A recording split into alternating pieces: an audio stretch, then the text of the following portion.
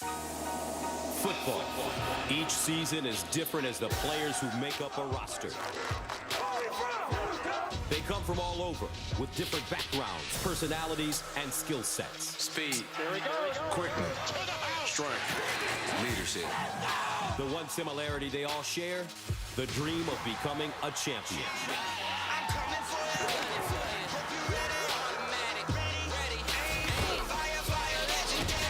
For Ohio State, the name of the game is resiliency. Lose your Heisman caliber quarterback, no problem. But if it happens again, it's next man up. For Wisconsin, the game plan is simple. Give it to Gordon again and again and again. The paths they've taken are different, but the destination is the same.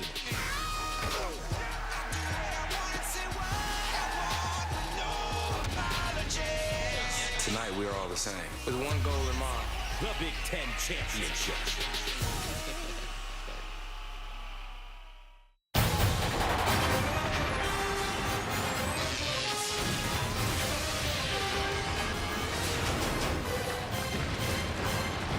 From the house that Peyton Manning built, Lucas Oil Stadium in downtown Indianapolis, Indiana. Welcome to the Ford Big Ten Championship pregame show on Fox, sponsored by the Ford F-Series, built Ford Tough. Inside, we're ready for the 2014 championship game as the 13th ranked Wisconsin Badgers prepare to take on the 5th ranked Ohio State Buckeyes. Hi, everybody. Gus Johnson along with my partner Charles Davis, and welcome to Naptown. CD, I just got one thing to say. Cardale Jones, Cardale Jones. The whole state of Ohio is counting on Cardale Jones. And the message from his team, from his coaches, you don't have to be Braxton Miller, you don't have to be JT Barrett, just be the best Cardale Jones you can be tonight. You've got plenty of support from your team, and Jalen Marshall will also supplement him as a Wildcat quarterback. For Wisconsin, you know one thing is certain. Melvin Gordon is going to run that ball all evening. From the time Barry Alvarez got to Madison, Wisconsin, he wanted to create an identity. Big offensive line and a runner behind it. And I know Ron Dayne won a Heisman Trophy at Wisconsin, but this is the best running back Wisconsin has ever seen. Melvin Gordon, he will carry it 30, 40, 50 times if that's what it takes to get the job done tonight. The Heisman voters are watching Gordon. Ohio State needs a win to possibly get into the playoffs. It's all on the line, folks. Come on back to Naptown right after this.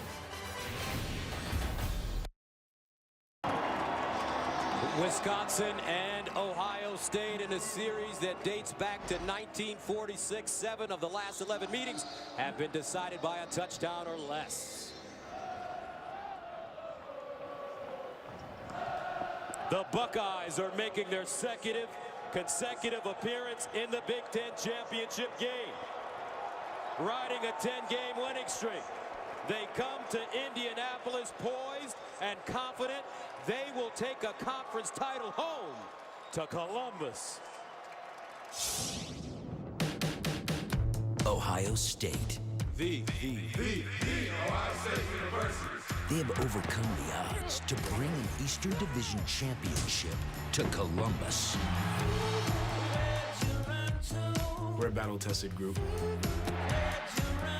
We responded really well to a lot of adversity this year. Fourth quarter explosion for Ohio State. They're back here with a chance at the title. And this year, they aim to achieve their goal. There's a standard around here winning championships. Toward the end zone, got it! Just so much unfinished business. Goes all the way, touchdown! The one thing they have not been able to do is get a ring as Big Ten champion. Tonight, we play for a Big Ten championship. 10 to the 5 and to the end zone. They are the Buckeyes. Another Ohio State touchdown. I-O.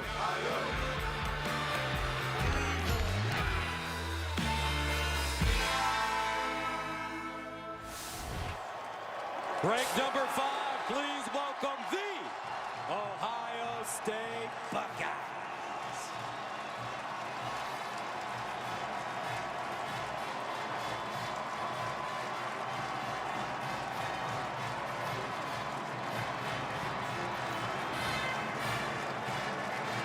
Wisconsin has proven throughout the season that giving up is just not in their nature. Tonight, they'll leave it all on the field in pursuit of a fourth Big Ten title in the last 5 years for Badger Nation. The Wisconsin Badgers, champions of the West Division. They've tasted victory here before, and tonight they look to take back their Big Ten crown. We are the Wisconsin Badgers. We are the Wisconsin Badgers.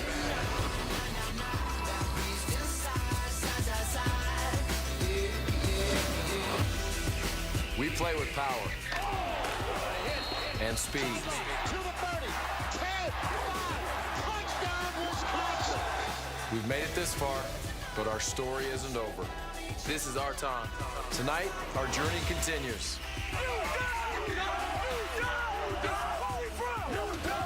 It's time for the West Division champions to be unleashed. Badger Nation. Badger Nation. Badger Nation. Get loud. Get loud. On Wisconsin. This is Wisconsin football. Led by Melvin Gordon, the best running back in the nation. Please welcome the Wisconsin Badgers.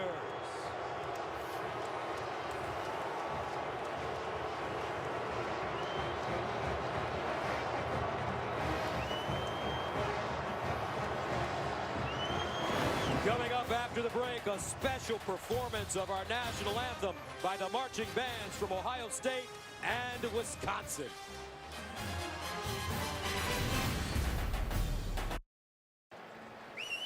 And welcome back to Indianapolis for the 2014 Big Ten Championship game, Wisconsin and Ohio State. Now let's go down to tonight's referee, Mike Cannon, for the coin toss. All right, men, Wisconsin's the visiting team. They'll call the flip. Heads or tails? Tails. He calls tails. I'll let the coin land on the ground. I'll let you know that's tails. The logo's tails. You want to defer to the second half. Wisconsin wins the toss, defers to the second half. You want the football. Where would you like to kick from? Defend this half. So swing around that way, please, men. Way to go, partner. So Urban Meyer and the Buckeyes will have the football first. Cardale Jones will make his season debut as a starter in the Big Ten Championship game right after this.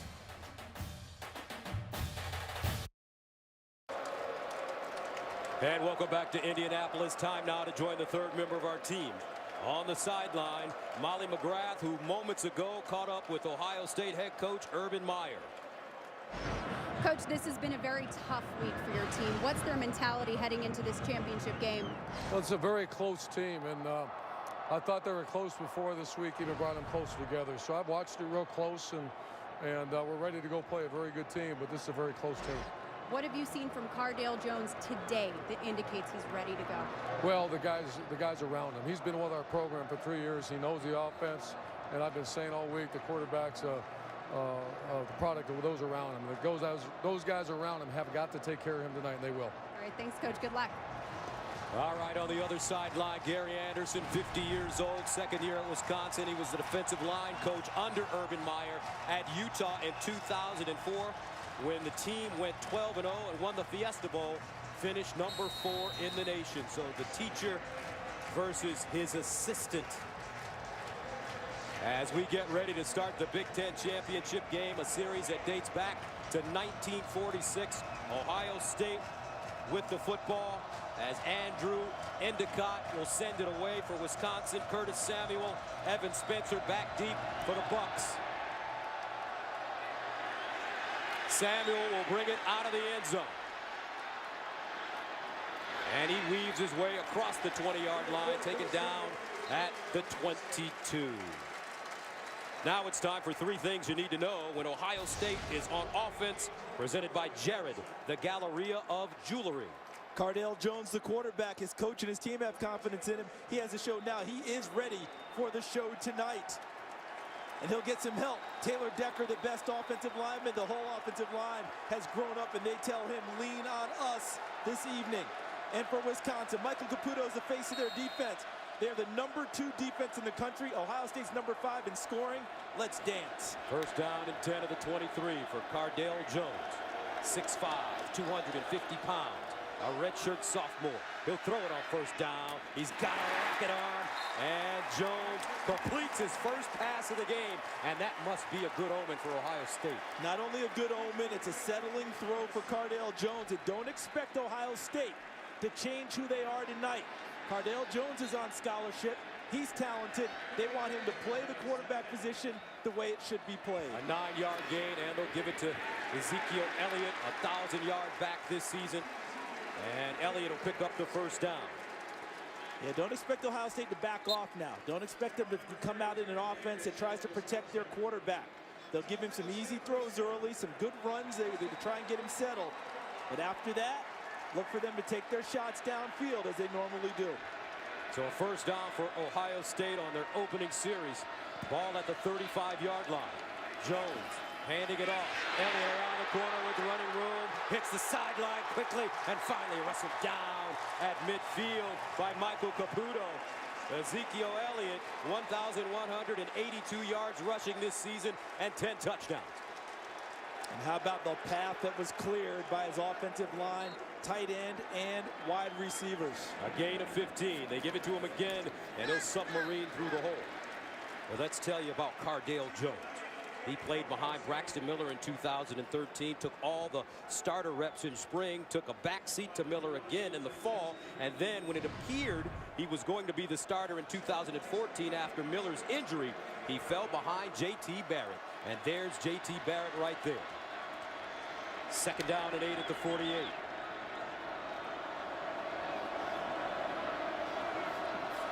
Here's a play fake. Jones near side. He put it on the money. And it's Corey Smith with the catch.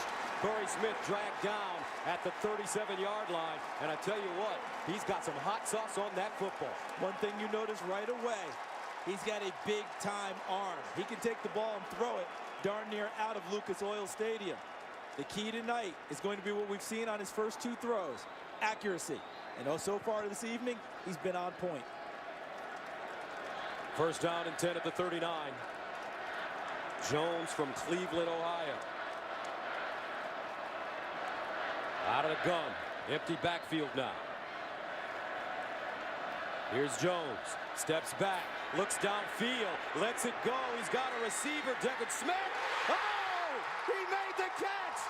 Touchdown, Buckeyes!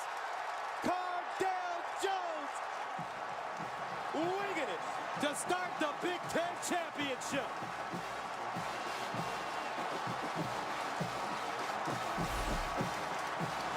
Devin Smith, number 9 in the slot, ultimately makes the big play because he adjusts to the ball before Sojourn Shelton, number 8, is able to. He ends up running the route, finds the football, and then bodies off Sojourn Shelton like a basketball play. Boxed him off and wouldn't allow him to the football and turned a long pass from Jones into a touchdown. Extra point by Sean Nurnberger, good. So how about this, Ohio? Cardale Jones, opening drive, 3 for 3, 56 yards and a touchdown. Ohio State up 7-zip to start. 9th touchdown of the season for Devin Smith. He now ties Chris Carter for number 2 in school history with 27 touchdowns. David Boston has the all-time record at 34, but more importantly, Charles, 20-0 Ohio State when he catches a touchdown. Speaking of big-time moments, that's one for them. And how about our keys to the game now? For Wisconsin, they want to make it a 12-round fight. They want to take this game into the 4th quarter. Ground and pound on offense, hit the quarterback on defense, try and wear down Ohio State as Michigan State did last year. For Ohio State, fit it and hit it. That means your run fits. Everyone in the right position, in the right place, and they have to hit and tackle Melvin Gordon and Corey Clement all night long. So Melvin Gordon, we're waiting to see him on the field on offense for the first time. Gordon's such a terrific player. Kenzel Doe back deep for Wisconsin. And he'll start from his own 2. And Doe with a lane. A burst of speed. And he's out of bounds at the 30-yard line. Now it's time for 3 things you need to know when Wisconsin is on offense, presented by Jarrett, the Galleria of Jewelry. Melvin Gordon, he can have it all. A Big Ten title, a rushing title, and possibly a Heisman Trophy, 10 straight games with at least 120 yards on the ground. How about their quarterback position? It does take 2. Joel Stave and Tanner McAvoy. Stave's the passer, McAvoy's the runner. Will they do a change-up tonight against the Ohio State defense?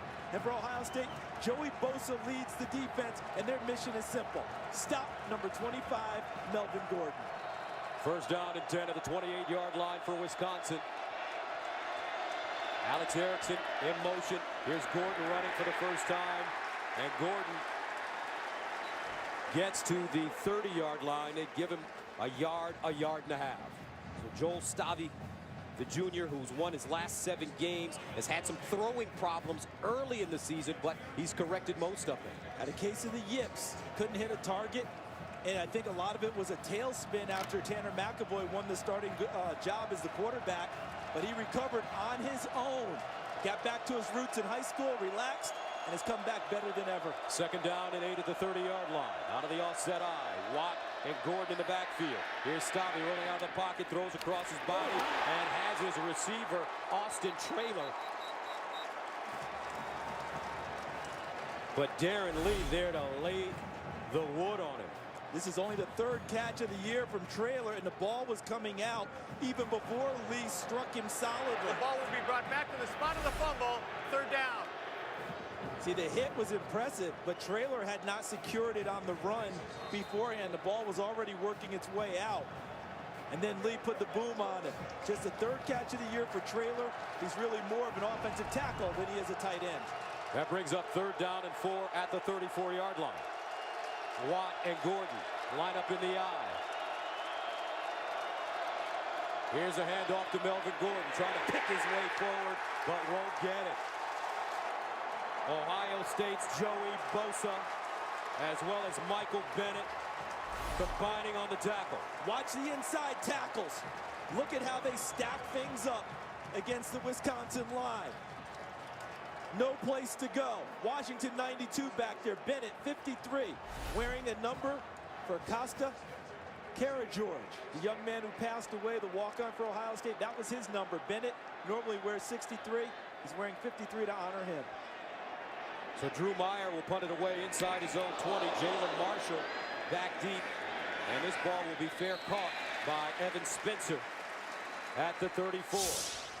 So here he comes again. Cardale Jones with an opportunity of a lifetime, and so far he's showing out. Back after this. The Big Ten Championship on Fox is sponsored by the Lincoln Wish List event. Visit your Lincoln showroom today. Welcome back. Ohio State with a 7-0 lead here in the first quarter. Score $1,000 in tuition now. Tweet your one-of-a-kind goal with hashtag Dr. Pepper giveaway. Gus Johnson along with Charles Davis, Molly McGrath on the sideline, Mike Pereira in the studio, our rules analyst, as these two teams square off in the 2014 Big Ten Championship game. Cardale Jones, excellent on his first drive, throwing the touchdown to Devin Smith. Last week versus Michigan, he played the final quarter after J.T. Barrett's injury, went 2 of 3 for 7 yards, ran twice for 18 yards. First down at his own 34.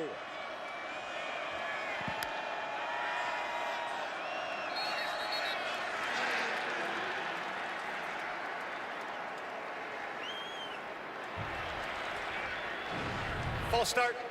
Offense. Number 68. 5-yard penalty. First down.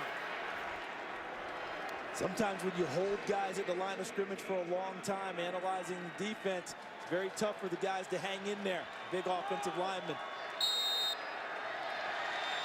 First down and 15.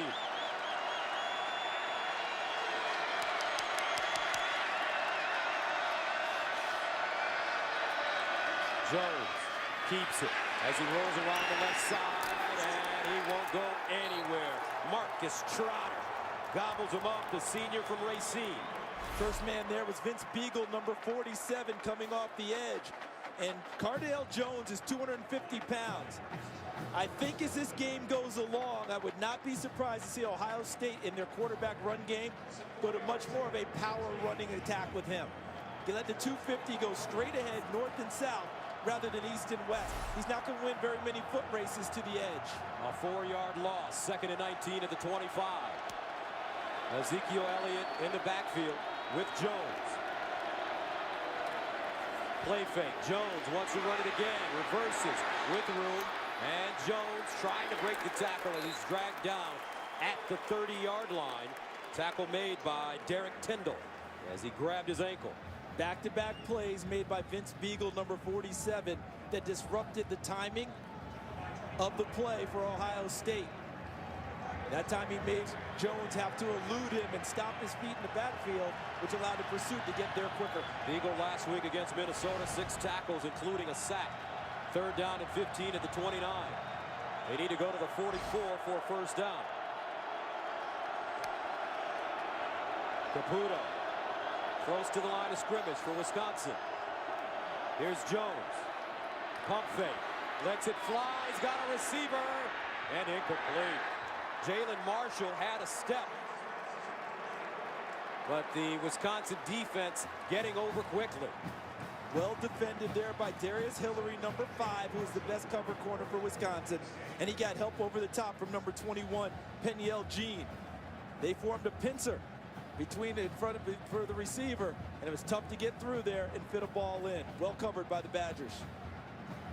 So Doe also returns punts for the Badgers. He stands inside his own 30. Had some trouble in their last game against Minnesota. He lost a fumble early on a running play and dropped a punt. Cameron Johnston, the punter, from his own 16.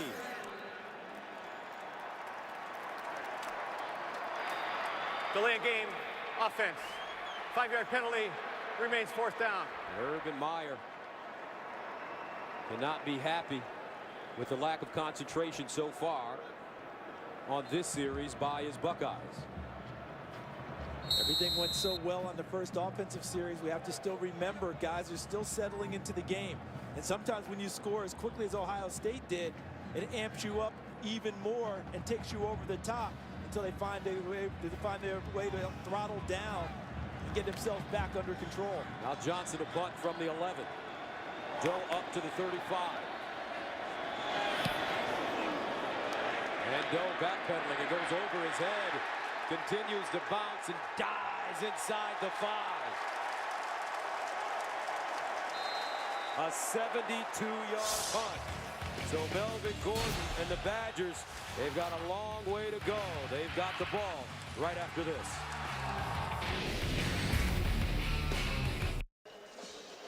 As we began the weekend here, the top 4 teams in the college football playoff rankings. Number 4, Florida State. Number 3, TCU. Number 2, Oregon. And leading the pack, Alabama. And so far, Alabama's won the SEC championship. They won big over Missouri. Oregon pounded Arizona last night to win the Pac-12. TCU 55-3 over Iowa State for a share of the Big 12. And Florida State just tied the game at 7 against Georgia Tech in the ACC championship. And we're watching Ohio State up 7-0 here in the Big Ten championship game. So Cameron Johnston had a career-long 73-yard punt. And now Wisconsin will start from their own 2-yard line. Doe in motion. Here's Gordon trying to break it back and does with running room. Melvin Gordon with a stiff arm and he gets out of bounds at the 10-yard line. Von Bell there to knock him out of play. Let's go to Greg Wolf in Los Angeles, where Lowe's never stop improving game breaks. Guys, in the ACC championship game, I know Charles has the Noles rated a lot higher than number 4. Their 28-game win streak on the line as well. After a Georgia Tech touchdown, Jameis Winston answers, finds Nick O'Leary 46 yards, all tied at 7 in the first. Gus, Charles, back to you. Thank you, Greg. I seem to be in the minority, but I always thought being undefeated in a Power 5 conference should count for a whole lot. Apparently, it counts for just enough to make the playoff if everything ended right now. Looks like and that's Dan Volz, number 70, who's the starting center, who came into the game dinged up. Hurt his ankle last week in the last game against Minnesota. They weren't sure he'd be able to play tonight. He's been a boot during the week, limited practice time, And so the worry was what was going to happen tonight. If he couldn't go, they might have to go to a true freshman, Michael Dieter at center, and take his red shirt off of him now. The Big Ten Championship on Fox is sponsored by Farmers, by Dawn of the Planet of the Apes on Blu-ray and digital HD today, and by T-Mobile, changing the game of wireless. So Volts on the sideline trying to walk it off. Ohio State with the 7-0 lead. Wisconsin with the football at the 10-yard line, faced with a 2nd and 2. And they decided to go with Dallas Llewellyn moving over from guard to center, and Ray Ball comes in at the guard position.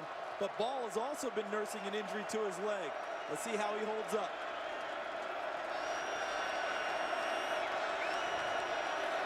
And they'll hand it off. Melvin Gordon running it right, and he gets drilled. Wow. Terrific penetration.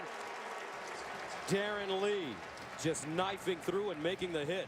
When we talked with Luke Fickell, the co-defensive coordinator of Ohio State, all he kept emphasizing was we have to build a wall in front of Melvin Gordon, and we have to constrict his running lanes to allow unblocked players to come down and make tackles. That's exactly what they did on that play. So that makes it 3rd down and 2 at the 10. Stavi in the shotgun with Gordon. And a flag on the play. Ball caught. It'll be a 1st down as Arneson, the tight end, makes the grab. There's movement in the interior of the line. And of course, both will point at each other. Offside. Defense number 97.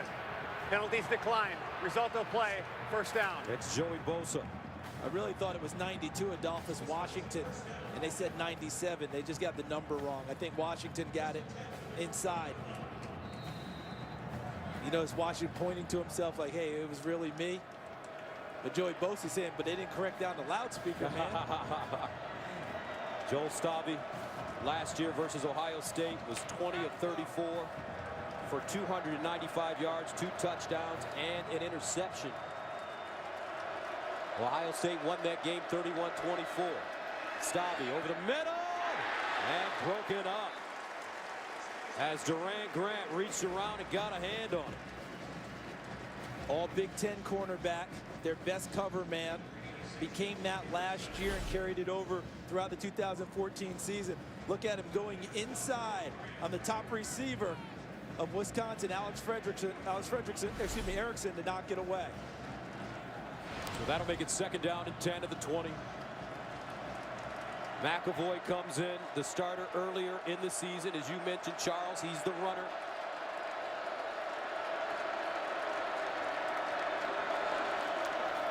Here's Gordon.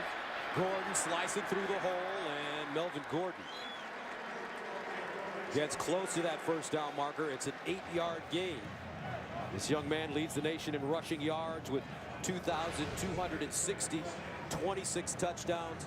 Named the Big Ten Offensive Player of the Year, beating out Ohio State's J.T. Barrett. So Stavi back in now. And you notice quickly with Wisconsin, there's no such thing as a traditional run down or pass down. Any amount of yardage could be a running play for Wisconsin. Gordon, 2nd man through, picks up the 1st down and more. And what makes Melvin Gordon such a good running back? Well, one of the things he did in the offseason was he got bigger and stronger, so he could run between the tackles better. But he has unique vision, explosion, and balance. And this kid has made himself into a heck of a football player. Already was great athletically, but he literally at 3 in the morning will be out there doing drills and texting his teammates saying, what are you doing today to get better? Melvin Gordon constantly working on his craft. He's rushed for 150-plus yards in 4 consecutive games. 1st down and 10 at the 34. Gordon again. And Gordon trying to change directions. Gang tackling, though, by the Buckeyes. Let's go downstairs to Molly McGrath. Gus, yeah, Dan Volts is gingerly pacing the sideline. His left ankle has a hard brace on it and is wrapped so much that it doubles his right ankle. He is deemed questionable with that left ankle injury. Gus. Yeah, Molly, from the looks of where he is wrapped up, is no longer a spat job over his shoes. That ankle's now mummified. I mean, they have made sure they're going to try and get him to go again because they really don't want to go deep enough to have to put Michael Dieter in the game, the true freshman that they've redshirted this season. Corey Clement now comes in at tailback for Wisconsin, and they'll give it to him. And Clement gets to the 35. Ohio State giving no ground. Darren Lee again. This sophomore from New Albany, Ohio. And what's happening is that the guys up front are winning the battle against Wisconsin's offensive line right now, which means the linebackers such as Darren Lee become free hitters, and they're making plays. 3rd down and 8 at the 36. Badgers need to go to the 44 for first down. And they move Joey Bosa inside now for Ohio State to try and get a matchup in the pass rush. Stavi will throw it. And he's going long. He's got a receiver, Doe. But it doesn't look like he got his feet in bounds. Kenzel Doe was open. But that ball sailing a bit to the sideline. He won the route against Tyvis Powell, but the pass took him over the sideline. Stavi gave him no room to operate on the sideline and have a chance to come down inbounds with the football. So Wisconsin will punt it again. Drew Meyer from his own 21, and watch number 17, folks. If he gets a shot, Jalen Marshall, a redshirt freshman, is dynamic. End over end kick. Takes a bounce, and Marshall will let it roll inside his own 10-yard line. A 56-yard punt by Drew Meyer. 4:48 to play, first quarter, 7-0, Ohio State.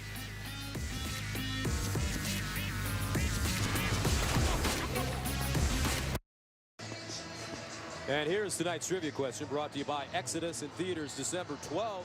Urban Meyer is 5-1 against his former assistants. Who was the only former assistant to defeat him as a head coach?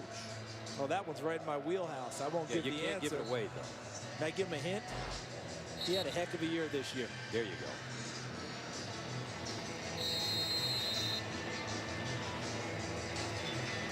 His other former assistant on the sideline for Wisconsin, Gary Anderson, trying to beat him today. Anderson has done such a terrific job at Wisconsin in his second year. Only Brett Bielema with 21 has more wins in his first 2 seasons than Anderson's 19. But now Cardale Jones and the Buckeyes take over at their own 7.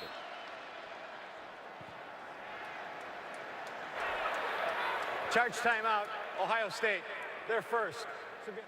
So we'll take a quick break. 4:48 to play, first quarter. Back after this. Introducing Amazon Fire TV Stick, the simplest way to stream all the entertainment you love on your big screen. Pop it in, grab the remote, and explore 200,000 movies and TV episodes from Amazon Instant Video, Hulu Plus, and more. And Amazon Prime members can access thousands of titles at no extra cost.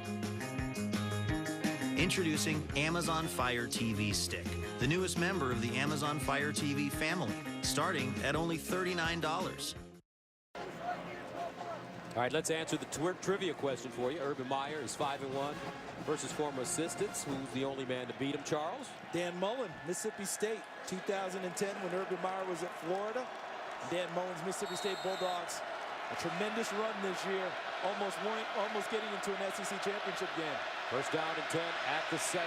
Elliot and Zeke Elliott all the way up to the 20. And what Urban Meyer said, I thought was so important. Cardale Jones has to make sure that he trusts his teammates, and his teammates have to place one of their best games for this young quarterback. And so far, they've elevated their game to that level. Just be who you are, Cardale Jones, and don't try and be someone different. You've got plenty of support around you. First down and 10 of the 19. Jones handed it off. Elliott again! Watch out! 40, 30, 20. They're playing that Buckeye swag song already. 81 yards.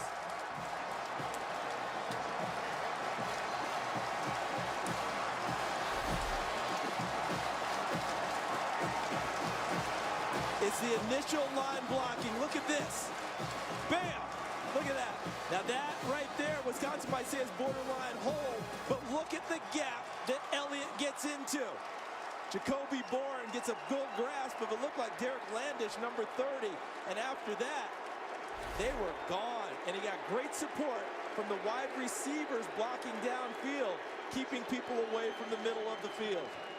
11th touchdown of the season for Ezekiel Elliott, the sophomore from St. Louis, Missouri. And Ohio State, with 4:06 to play here in the first quarter, with a chance to take a 2-touchdown lead. Sean Nurenberger. And it's good. Buckeyes all business to start. Zeke Elliott watching himself with a jumbotron. 14 shake. Ohio State. Last year, Ohio State came into the Big Ten championship game undefeated. Braxton Miller had over 100 yards rushing and 2 touchdowns, but Michigan State, led by Connor Cook and Jeremy Langford, scored 10 unanswered points in the fourth quarter to upset the second-ranked Buckeyes and take the Big Ten title. And there's Ezekiel Elliott. This Ohio State team has started much faster than last year's game. Remember, partner, Michigan State was pounding them early. Ohio State had to come from 17 down to make it a game and actually go ahead. Ezekiel Elliott, out of the St. Louis area, you know his godfather is? Remember Zeke Mowat, the tight end for the New York Giants? I do. That's his godfather. Zeke Elliott's dad, Stacy, played football at Missouri and was a linebacker. His mom ran track there. So you talk about combining excellent genes. All right, Zeke Elliott's dad, Stacy, mom running the track, big-time combo. And look what they've got today. Zeke Elliott with a monster touchdown run. So here's Doe from the 1.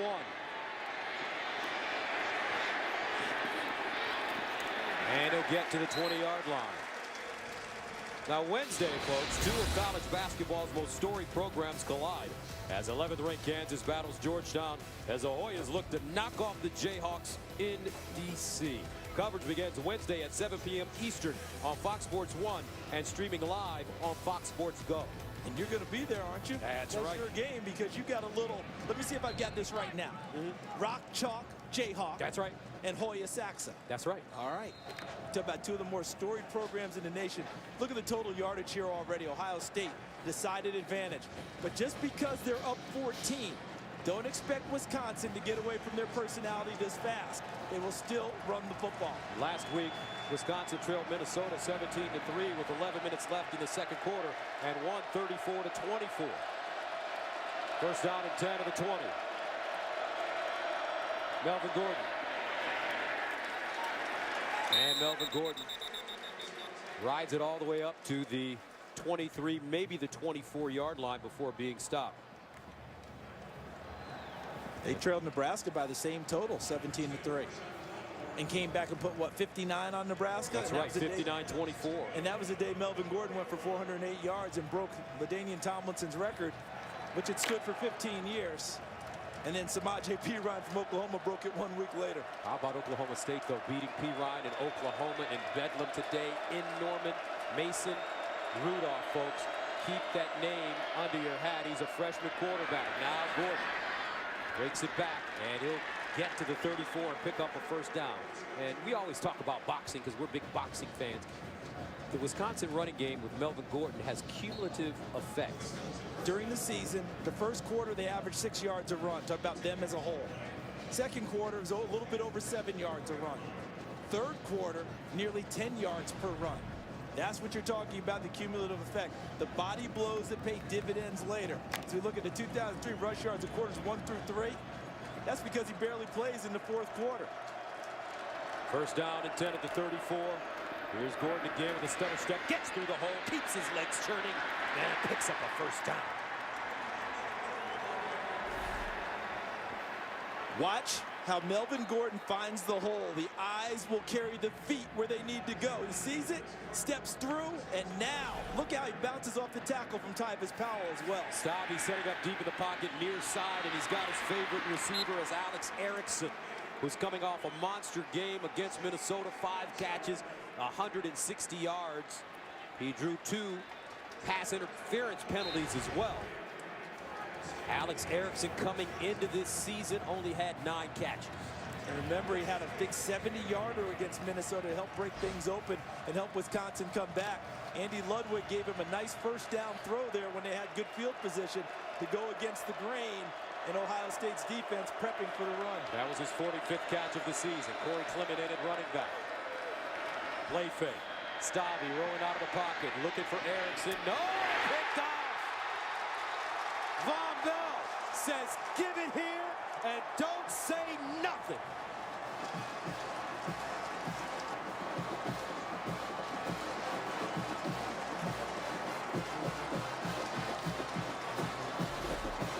So Von Bell is covering here in the slot. Now watch how he ends up cluing back towards the quarterback.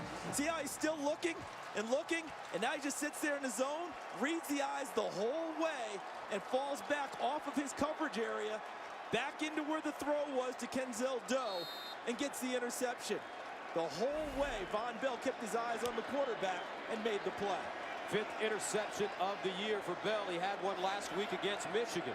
First down and 10 of the 41. Here's the option. And Cardale Jones trying to get his legs under him, folks. Remember, he is starting for the first time in his career. I still say as this game goes on, the adjustment that will be made by Tom Herman, offensive coordinator, Urban Meyer, head coach, who has heavy influence on play calling. More straight-ahead power runs with Cardale Jones rather than lateral stuff. Yes, he can get going when you get him out into some open space, but I think the power game, him running straight ahead, will have more effect. Marshall in motion, 2nd and 14 after the 4-yard loss. Here's Jones. Lets it rip and has his man Michael Thomas. Michael Thomas still on the move, and Michael Thomas down at the 40. With Derek Landish with the tackle, but it's a 23-yard gain. Remember what they told Cardale Jones, let your teammates help you out. And on that throw, Michael Thomas did exactly that. That ball was high and should have been over his head. He went up and elevated it. And then look at the run after catch. Made 2 people miss there before Landish finally gets him on the ground. First down and 10 of the 40 for Ohio State. And you can see the confidence growing for Cardale Jones. He'll drop back with time. Lets it go deep. Marshall! Tackled inside the 10. Darius Hillary with the stop. Who is this kid, Charles Davis? He doesn't look like he's playing for the first time. First time in a big-time game. So, boy, he was ready for the moment, wasn't he? First and goal at the 8. Jones straight ahead, and he'll pick up a couple. And go back to that play, Gus.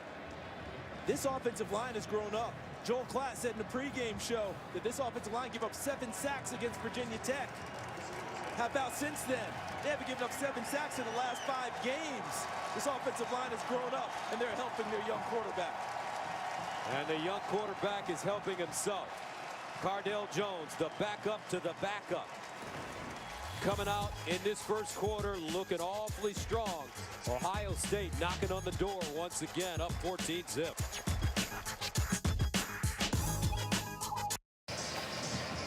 And welcome back to Indianapolis. The 2014 Big Ten Championship game on Fox. Ohio State with 224 yards of offense in the first quarter. Jones 5 of 6, 111 yards and a touchdown. And I tell you what, if you want to play quarterback, you need to play for this man.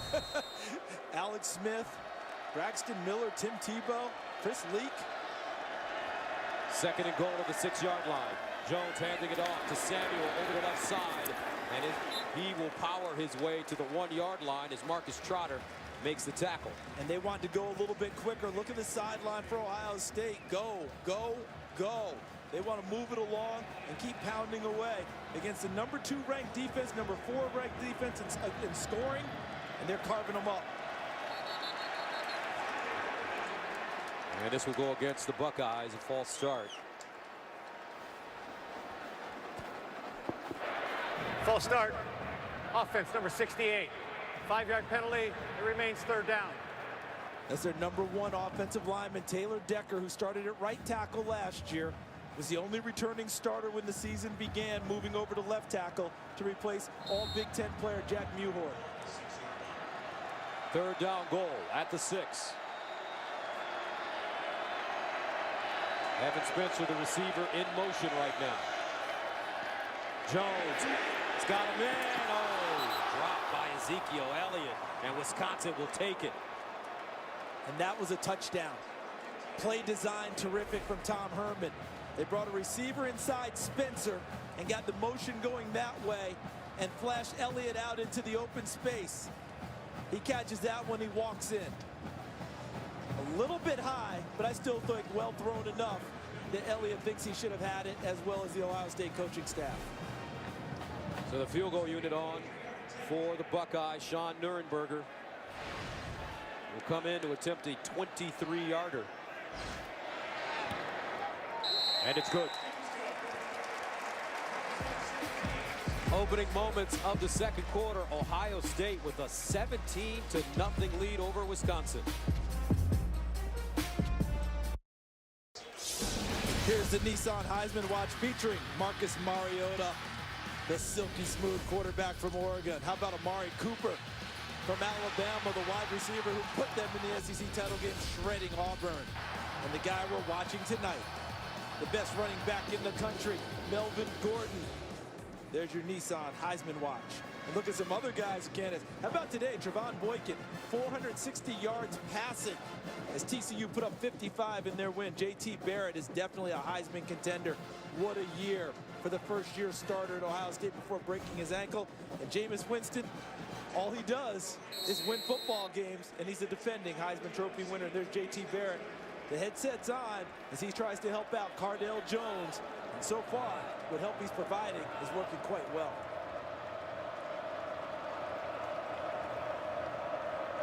Kyle Clinton will kick it off for Ohio State. Kenzel Doe back deep. He'll get a chance from the 2.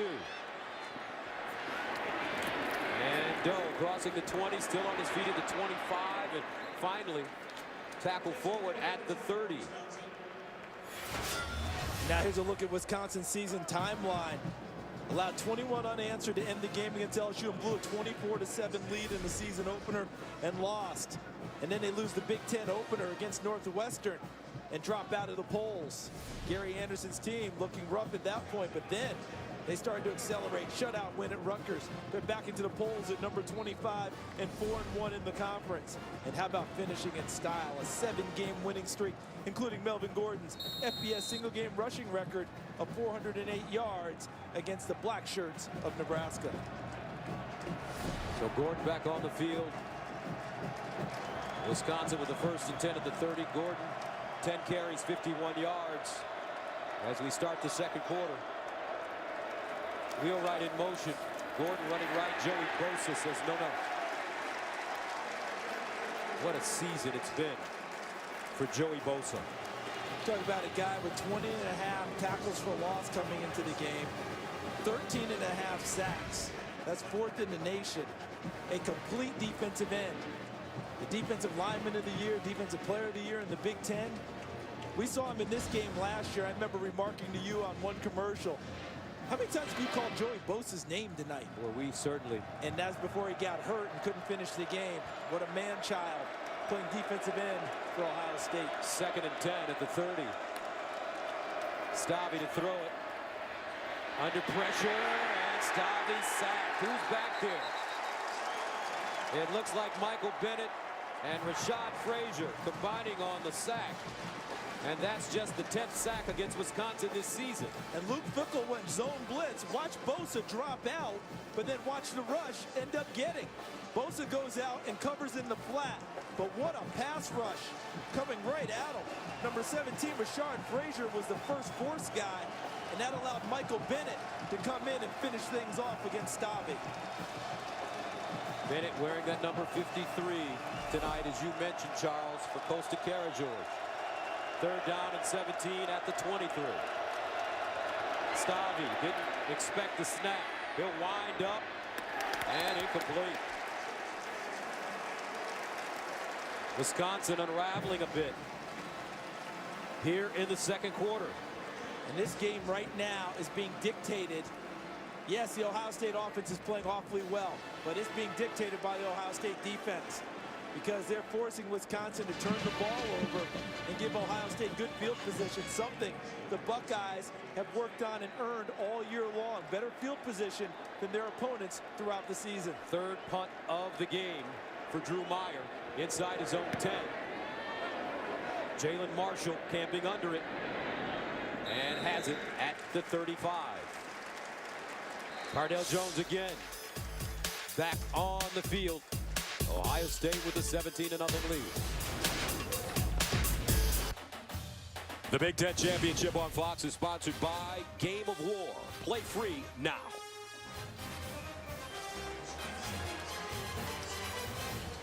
(17-0). Ohio State with the lead here in the second quarter. Take a good look there. This is what J.T. Barrett was going into in his first game. 4 offensive linemen making their first start. A sophomore running back who had never started. And then as the season progressed, and now we're at Cardale Jones' first game. Those offensive linemen have grown up. Ezekiel Elliot is a 1,000-yard running back. First down and 10 at the 37. Jones to throw it. He'll whip one to the far side on the money. Michael Thomas.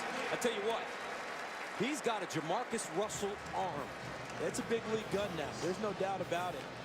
And I know when we were getting ready for this game, Molly McGrath, our partner, she told me that the Ohio State players, you know what they call him? 12 gauge. That's right. Because of that gun that he has as a right arm wearing number 12. First down and 10 of the 47.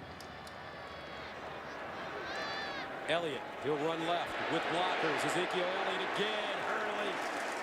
And he'll tumble forward to get close to that first down marker as Derek Landish threw himself under the chariot, as well as Derek Tyndall. He's not just a terrific ball carrier. You look at the yardage he's accumulated already tonight. When your offensive coordinator says that this guy plays with the best effort without the football in his hands of anyone in the country, that tells you how the coaching staff feels about it. You watch him on tape in pass protection. You watch him catching the ball. You'll watch guys make big plays away from the ball, and he'll be downfield blocking and helping them. Now he'll line up as a wide receiver. Jones dropping back, going for it. Oh! Oh, my goodness! Devin Smith again! 44 yards! Cardale Jones, baby!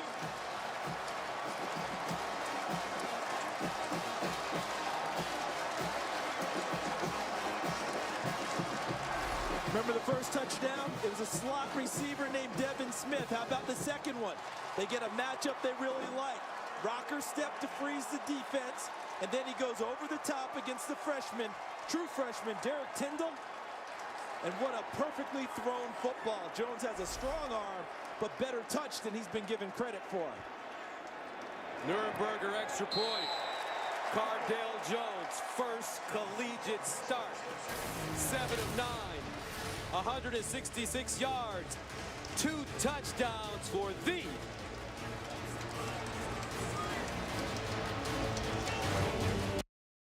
preview. Charles. They're gonna, let me just tell you something. They're gonna view them extremely favorably, watching what they're seeing out of Ohio State. A team with 3 listed players as starting quarterbacks and up 24-0 here in the Big Ten championship game. That can't be viewed any way but favorably at this point in time. Ogunbowale back deep for Wisconsin along with Kenzel Doe. And this will be Doe in the end zone. And he takes a knee. Now let's go to Los Angeles and check in with Greg Wolf. Guys, back in Charlotte at the ACC Championship, the Noles have been playing from behind all night, but they have answered each time. Jameis Winston finds Rashad Green, 44-yard touchdown. Number 4, Florida State. Number 11, Georgia Tech, all tied up at 21 in the second. Gus, Charles, back to you. They can't get 2 scores down if you're Florida State.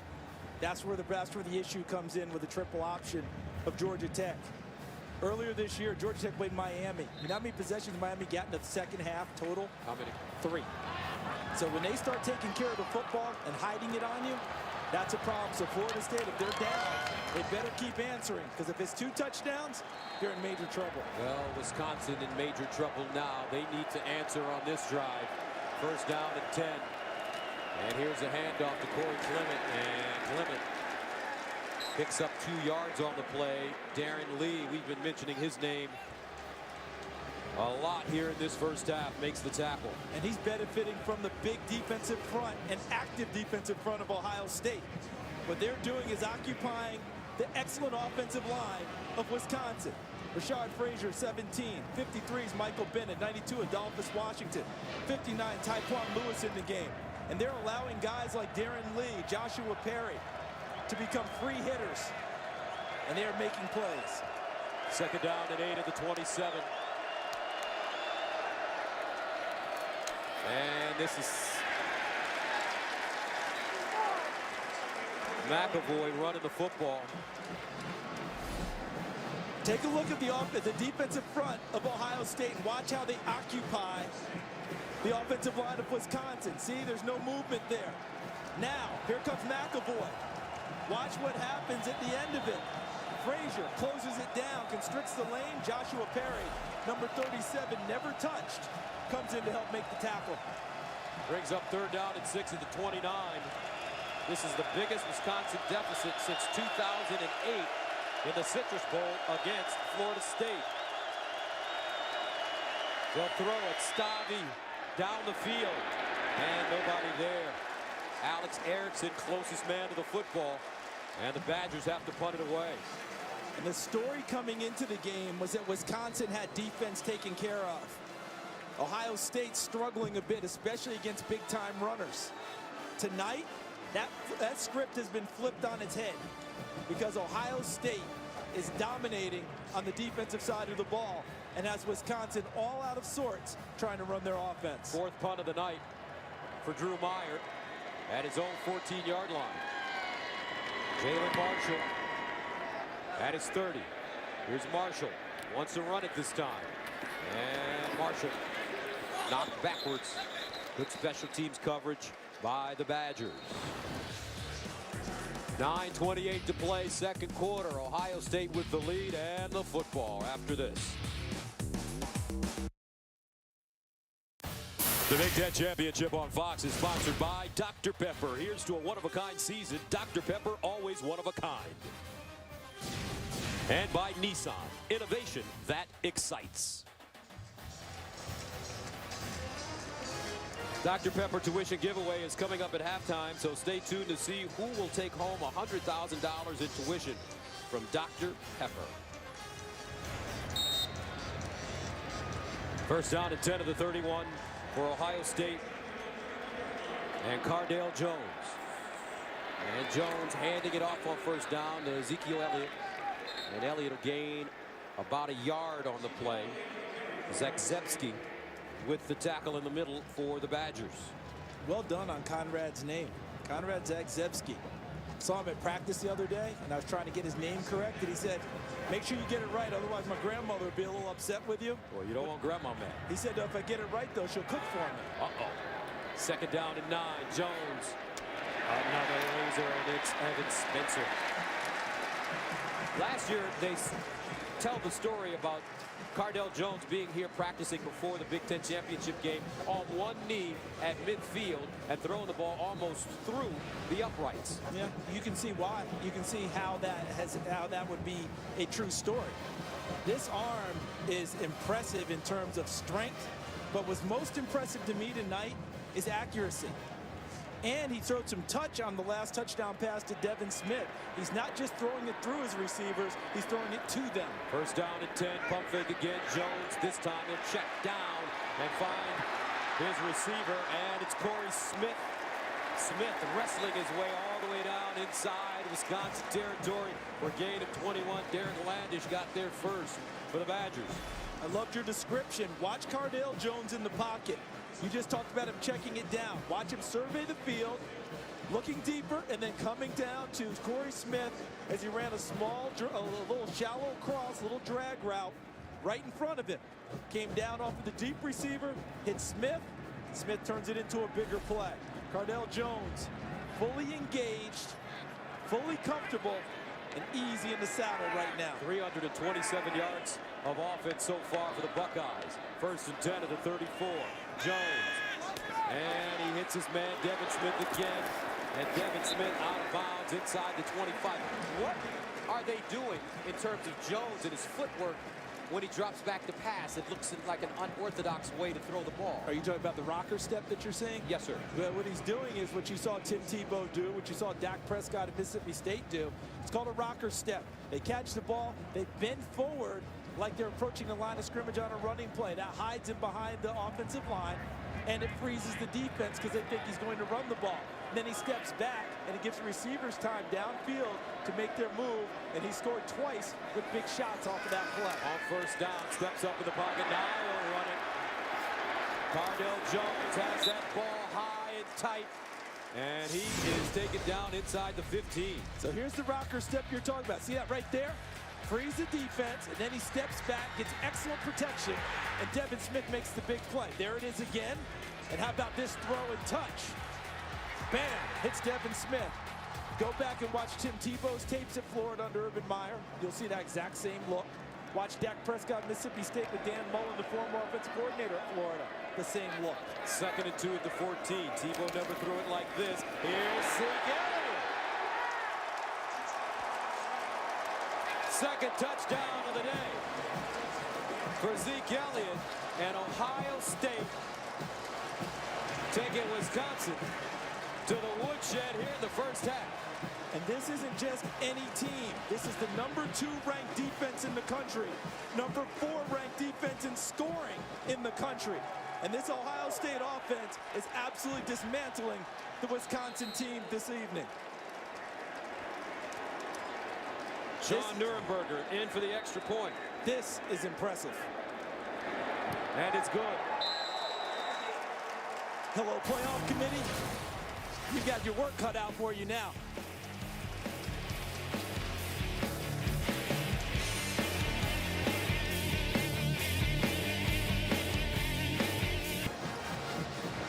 Yes, folks, that is the right score. 31-0 Ohio State with 6:36 to play in the 2nd quarter. Everyone came into the weekend trying to get into the playoff 4, and what did everyone talk about? Who would make an impression on the committee? Style points, for lack of a better term. Ohio State is making as good an impression as you could make in a big game. They're knocking around the #2 defense and the best running back in the nation. Doe comes up to field it at the 9. And Doe dropped at the 15. And that's Eric Smith with the tackle on special teams. Let's go to LA for a game break. Well, as Charles mentioned earlier, the playoff committee with difficult decisions ahead. Ohio State winning big. TCU rolled earlier. #6, Baylor in a dogfight. Jake Waters to Zach Trujillo. 36-yard score. Baylor added a field goal late. They lead 24-14 at the half. Gus, Charles, back to you. Bryce Petty for Baylor, their star quarterback, coming off a concussion, said he was fine. And so far has his team out to a 10-point lead. Remember, the Kansas State team that Baylor's beating right now is #9 in the playoff committee poll. 1st down and 10 to the 17.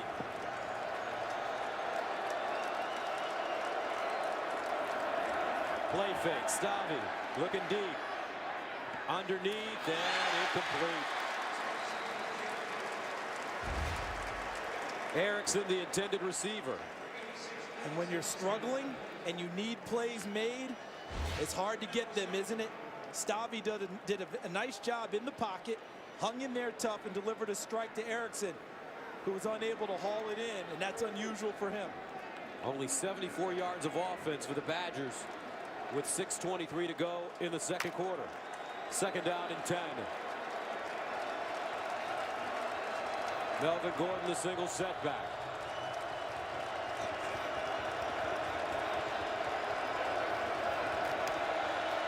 Gordon. And Gordon still on his feet. Tries to get outside and is taken down. Eli Apple. This is an example of getting 11 people to the football. It appears that they stop him there. Rashad Frazier, number 17, was first, but when he bounced out, no one lost contain.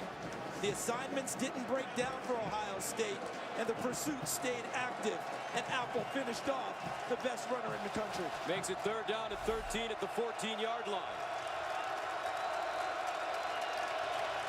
Badgers need to go to the 27 for a first down. Stavi over the middle. Incomplete. Arneson, the intended receiver, out of his tight end position. That ball thrown high, and Tyvis Powell was there defensively for the Bucks. Right now, the Ohio State defense, this is like a cobra, right? Striking. This is like one of those snakes that squeezes you to death, right? I mean, that's what's happening. They've constricted everything that Wisconsin is doing, and right now, they can't find their way out. Jalen Marshall at the 45, ready to return it. End over end kick. Marshall fields it on the run. Marshall trying to break free and is finally tackled at the 45. Let's take a look at how Ohio State got here this year. Well, it all began Braxton Miller out for the season with a torn right labrum. That happened in practice in preseason 12 days before the first game. They end up losing their second game of the year at home against Virginia Tech, one of the better defenses in the country. J.T. Barrett, a tough night, getting sacked 7 times. But then how about a statement? Winning at number 8 Michigan State, the preseason favorite in the Big Ten. And then they beat Michigan, but lose J.T. Barrett for the rest of the season. Dislocated, broken right ankle, and it set the stage for where we are tonight. The coming out party for Cardale Jones. First down for Jones at his own 48-yard line. An embarrassment of riches at quarterback for Ohio State. Here's Jones handing it off. Elliot jitterbugging, and Zeke Elliott gets inside Wisconsin territory as Darius Hillary and Michael Caputo combine on the tackle, and there's an injured Badger on the far side. We'll take a quick break. 5:04 to play, second quarter. Back to Neptown after this. The number 2 defense in the country, number 4 against scoring, is Wisconsin coming into tonight. Look at what Ohio State has done to those numbers this evening. Absolutely obliterated it. The biggest one, of course, the 31 points that they've scored. But look at what they've done in every other aspect. Wisconsin, a proud, excellent defense. Dave Aranda, their defensive coordinator, has had them playing at a high level all year long. But boy, oh boy, this has been tough for them tonight. Looks like Konrad Zagzebski, the defensive tackle, down right now. All right, while we're waiting for him to get to his feet, let's check in with Los Angeles. Guys, back in Charlotte, number 4 Florida State has their first lead of the night. Jameis Winston finds Rashad Green. Winston's thrown for over 200 yards already. The Noles lead the Yellow Jackets 28-21 at the half. Gus, Charles, back to you. Boy, the good thing for Florida State now is trying to play from the front against Georgia Tech. And that's Dave Aranda, the defensive coordinator, who's done a fantastic job this season. You saw the numbers. Coming into the game, they're giving up less than 17 points per game. Ohio State has 31 in the first half. That tells you how well Ohio State is playing, the high level they are executing with Cardale Jones at quarterback. This is a proud Wisconsin Badgers defense that has no answers thus far. And they're not going to get off the gas, are they? No, not at all. This is a night for statements for all teams trying to get into the playoff 4. Ohio State, if possible, will score as much as they possibly can. 2nd and 7 to the 49. And they'll hand it off. Elliot trying to go outside, stays on his feet. Elliot now bounces into the sideline and goes out of bounds as Darius Hillary knocks him out of bounds. But Zeke Elliott, some nice running after contact. And what a tremendous block downfield by Jalen Marshall, because he held the stalk block against the defender for a long time. He was into that block when Elliott was being contacted in the backfield. 3rd down and 2 at the 44. And once again, they'll run it straight ahead. Elliott 47% of Elliott's 1,182 yards have come after contact. That tells you what type of a runner he is. The legs never stop. He runs behind his pads, as coaches are fond of saying, with excellent vision and toughness. And so far tonight, he's shown every bit of that as well. And you know what else we have not seen tonight? Is Jalen Marshall come back to the Wildcat position as a quarterback. Cardale Jones has performed so well, they have not had to go to any type of relief to help him this evening. They may take a shot right here. First down and 10 at the 40. Here's Jones. Looking. Jones. He's got another man open, and finally he makes a mistake. Evan Spencer broke open late, and Jones just couldn't put it on him. Yeah, watch Spencer at the top of your screen, number 6. One of the better blocking wide receivers you'll see. A little stop and go, and he has him out there and doesn't hit him. He actually threw the ball inside and was fortunate that Peniel Jean did not come over and make an interception on the play. That ball's thrown to the outside. Devin Spencer walks into the end zone. And that's what Urban Meyer was motioning with his hands. Get it out, Cardale. Good play call, by the way, there, Gus. Had it nailed. Second and 10 at the 40. Jones. Now he'll sprint out of the pocket and run it himself. Oh, what a block on the far side by Corey Smith. And we're going to get a penalty flag on the play. And I wouldn't be surprised to see it go against Ohio State and Corey Smith for that block. Is this targeting?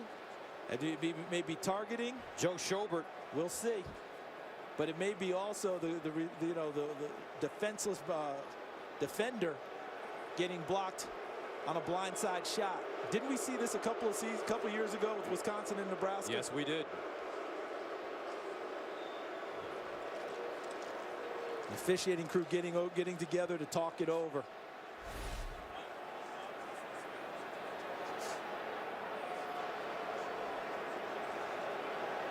Our Mike Pereira, our rules analyst, is in Los Angeles. He joins us now. Michael, your thoughts on this block? Well, I think there's no question it's targeting. We're going to see what they say, but he led with the crown of the helmet, and he made helmet-to-helmet contact. So you had a pretty tough shot there, and I know they're discussing this to see what they might have, but if they call this targeting, I got news for you, it will stay as targeting.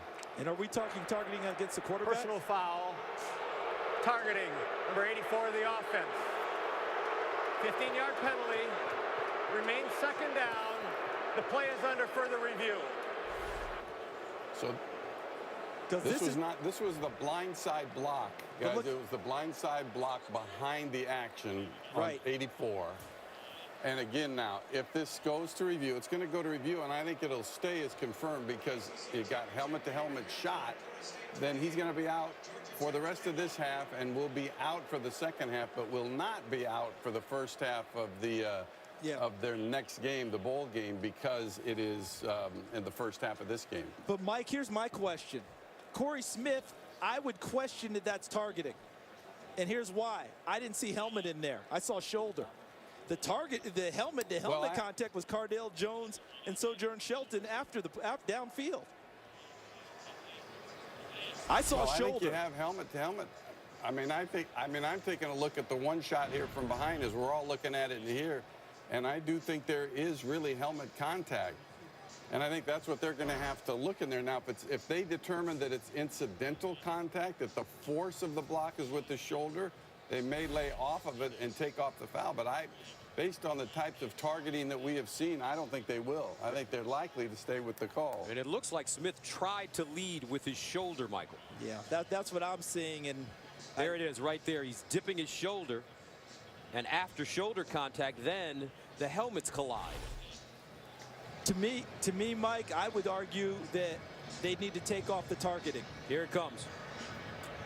After further review, it was a targeting foul. Number 84 is disqualified. 15-yard penalty. Mike was right as usual because he is the expert. I would disagree that it would go that way myself, but I get where you're coming from totally, Mike. Yeah, and what I don't think you can do is take it off there. I mean, because the call was targeting, and it does in the rules say forcible contact with the helmet, and I think you have that. Even though you had shoulder contact also, you do have forcible contact with the helmet, and that's what they're looking at in replay, and that's why they confirmed it in replay. Yeah. Thanks, Mike. You educate us every time you come on here. What was interesting to me was, as that play continued, Cardale Jones and Sojourn Shelton went helmet to helmet, and no one discussed it. So that makes it 2nd down and 24 at the 46 as Corey Smith is sent to the locker room. And a handoff going to Elliot. Ezekiel Elliot finally stuffed as Marcus Trotter and Peniel Jean make the tackle.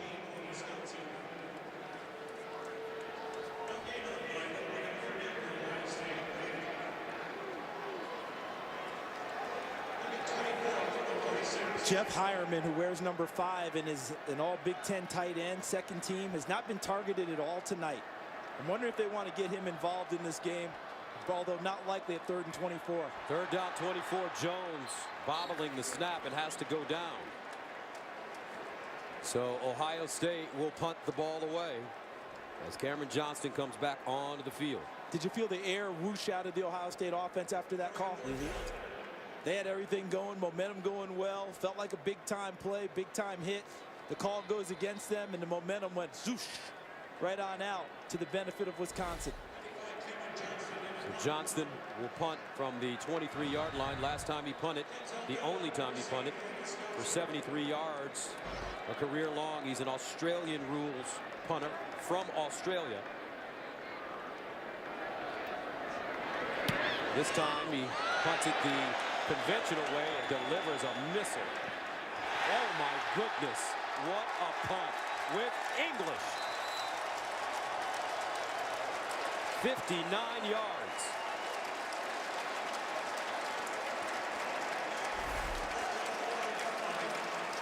Australian rules type of a punt, conventional punt. Pickett, he's probably over in the sideline telling Coach Meyer, you tell me which way you want it, I'll drop it down there inside the 5 for you.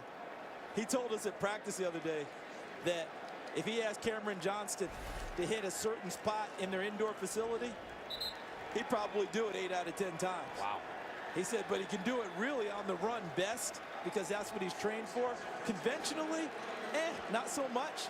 Well, not tonight. He hit it conventionally awfully well.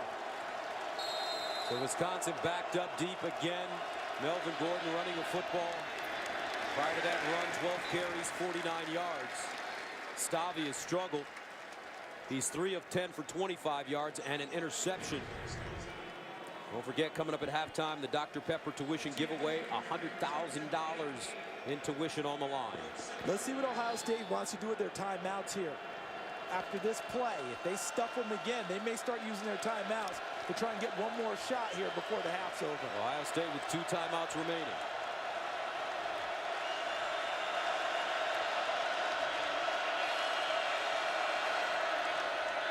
Play fake. Stavi delivers. And it's complete as Sam Arneson makes the reception. Good poise by Stavi in the pocket. No one open initially. Got good blocking from his offensive line. Waited for Arneson to come free and delivered. So 1st down. Stavi under pressure and sack. Frazier in the backfield again. Sack of the day for the Buckeyes. And he's been coming roaring off the edge because they've been moving Joey Bosa around a little bit. And Frazier's been coming in and filling in at the defensive end spot. Also filling in for Steve Miller, number 88. Frazier, 17 to the left side, working on number 61. Tyler Merritt's and beats his upfield shoulder and gets to Stavi. Almost strips the ball out. Look at him work the ball free. Stavi able to come up with it. 50 seconds and counting. 2nd down and 18. Gordon. And Gordon lost it. Bosa, touchdown Buckeyes.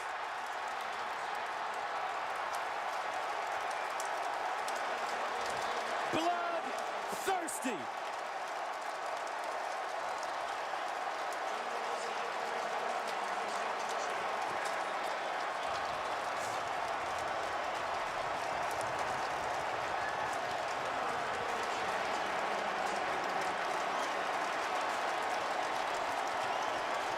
This committee got a lot of work to do between now and tomorrow. As the results pour in, And what will be interesting is what if there are no spots from last week's 4? You know, is Ohio State's performance worthy enough to warrant them moving someone out and them in? That's a possibility. Extra point good.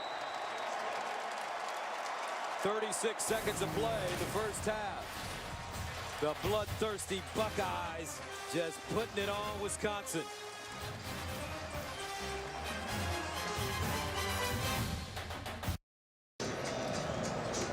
Welcome back, Ohio State with a 38-0 lead, closing moments of the first half. And they've about reached their season average here in the first half. 44 points per game. That Penn State team in '94, Kajana Carter, Kerry Collins. How about Ohio State? And boy, oh boy, and the Wisconsin fans stunned, shocked, hurt. A tough evening for Wisconsin. And a tough evening for Melvin Gordon. Clinton will kick it off. Dove back deep. This one fielded by the up back inside the 20-yard line. And it's Troy Fumagalli returning it for Wisconsin. Yeah, this is now take a knee and get out of here, Wisconsin. I mean, that's where you are. 30 seconds to go in the half. When your number one player puts it on the deck and Ohio State capitalize on your last possession and you're down here in this territory, I don't think you bother with it at this point. I know what the score is and I know they need points, but you got to get out of there and regroup.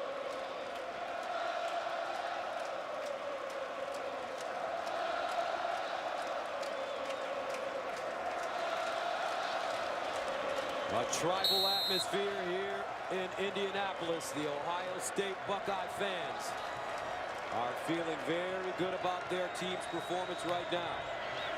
Stavi stepping up under pressure and sacked again. Flag on the play. Steve Miller got him from behind. I really don't understand what they're doing. I get it being down 38, but that ball almost came free again on the sack by Ohio State. Personal foul, hands in the face. Defense number 92, 15-yard penalty, automatic first down. It's Adolphus Washington.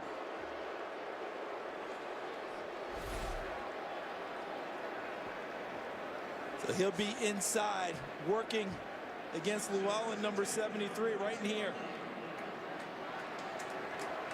But look at this, from the backside, Stavi fortunate to hold on to the ball. 20 seconds to go. Stavi under pressure and just gets rid of it. Tyquan Lewis applying the pressure for the Bucks. And guess what? If they throw the ball again and don't exhaust the clock, you're at 4th down. Could be one last play for Ohio State if you punt it to them.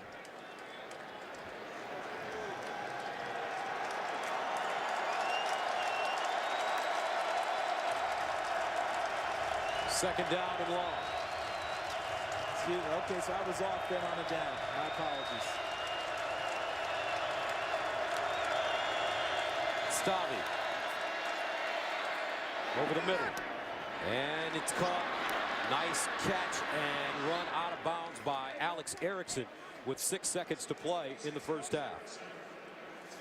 So where did he go out? At the 39? Yeah, 38? Say it's about the 38. Okay, so they need a little more to try and get range if they want to even try and get on the board. Nürnberger's longest on the year is 49. Excuse me, I'm sorry about that. Gagliardone, his longest on the year is 51.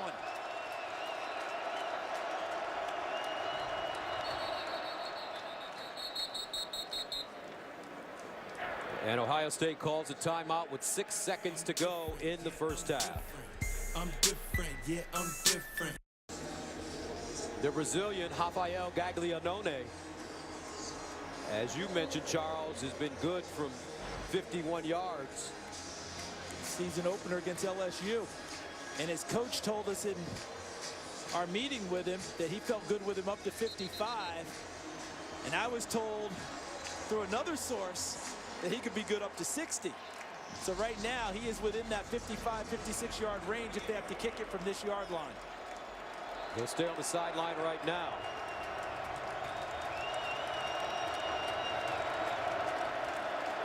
Stave. And broken up. And that's the end of the first half. More pressure being applied by Ohio State. How about Cardale Jones in his first start? An incredible first half, 10 of 13, 211, and 2 touchdowns. Buckeyes up big.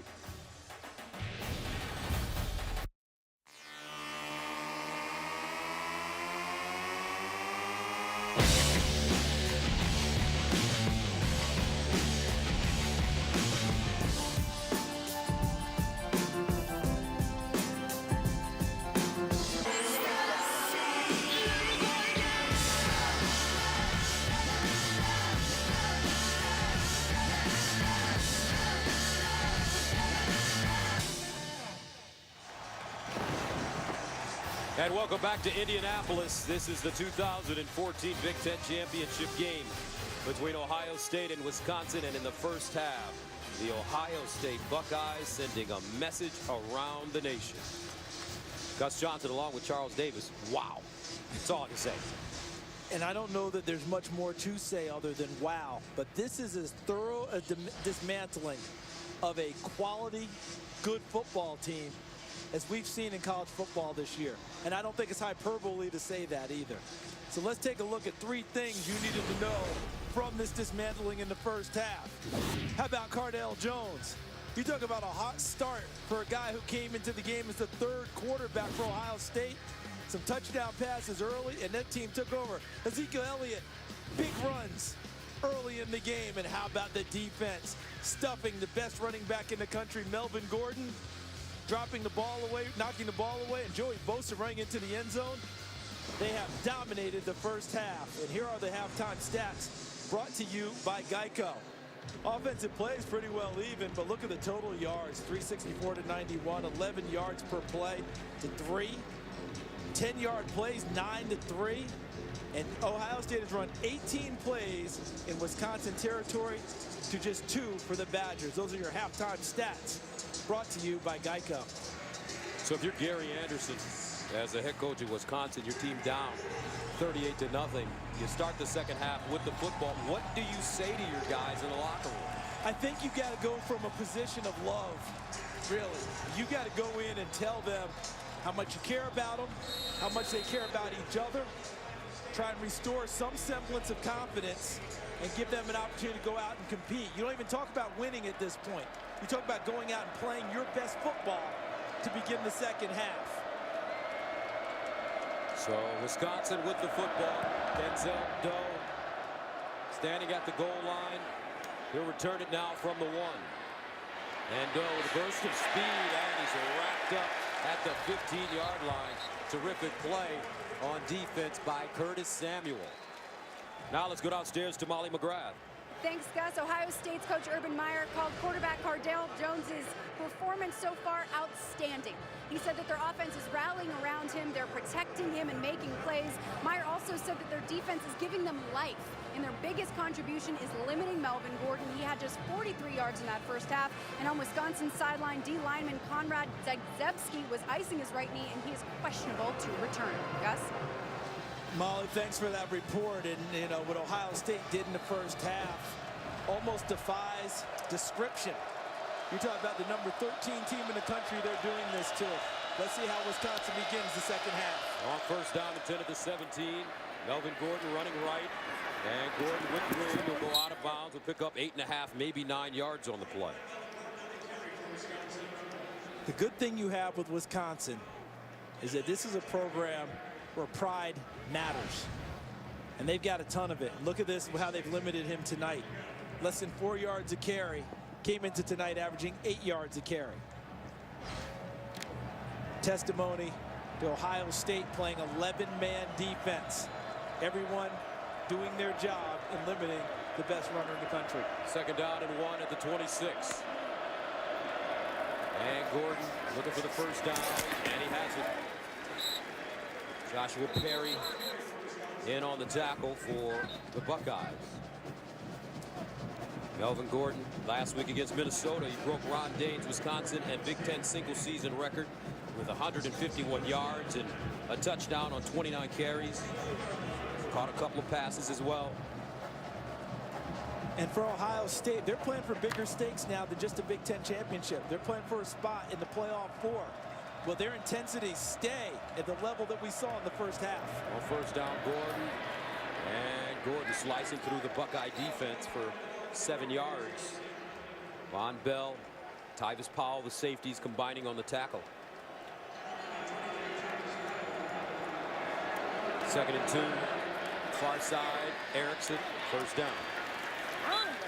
As Darren Lee makes the stop. What is it about Urban Meyer that makes him such a great coach, Charlie? I mean, everywhere he goes. You always hear attention to detail, but it's bigger than that with Urban Meyer. He has that in spades. It's vision. And I'm talking about being able to see all the way down the road. You know how we can see a little bit and then wonder where the curves are? He sees the curves before he gets to them and plans for them accordingly and keeps his team and his program on an even keel. Never too high, never too low, but always intense and ready to go each week. First down and 10 to the 41. And Gordon. Joey Bosa grabs him, takes him down with a first half for Bosa as he scooped up a fumble and returned it for a touchdown. Here's a young man from Fort Lauderdale, Florida. It's a man now. Look at how he just plays off of that block. Austin Traylor tries to take him on first. Bosa stands him up, shucks him, and then goes and makes the tackle. His father was a first-round pick of the Miami Dolphins. His uncle, Eric Kumaro, also a first-round pick of the Miami Dolphins. Joey Bosa headed in that same direction. 2nd and 10. Stavi in trouble. Rolls out of the pocket. Bennett chasing him. He'll give up. And Stavi just dumps it out of play.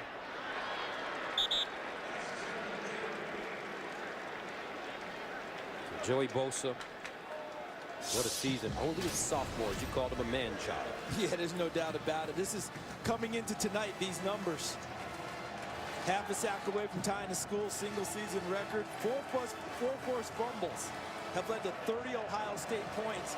And tonight, he scored 6 points himself, picking up a fumble by Melvin Gordon and taking it into the end zone. How do they get a kid from Fort Lauderdale to come play in the cold weather? Only Urban Meyer. 3rd down and 10 at the 41. Stavi, Bosa with pressure and incomplete. I love that question you posed. And the truth of the matter is, when Urban Meyer got to Ohio State and wanted to remake this program, one of the big things was speed. And we just saw how Adolphus Washington turned speed into power, hitting Stavi. So essentially, he's got a warm weather program that exists in a cold weather city. Now all he has to do is convince the powers that be to play the national championship or the playoffs in a cold weather environment. You know, he did talk about that when they beat Minnesota this year. He said, anyone in the country, I welcome you to come up and try and deal with this and play your best in this situation. And Ohio State beat the Gophers in bad conditions in Minnesota.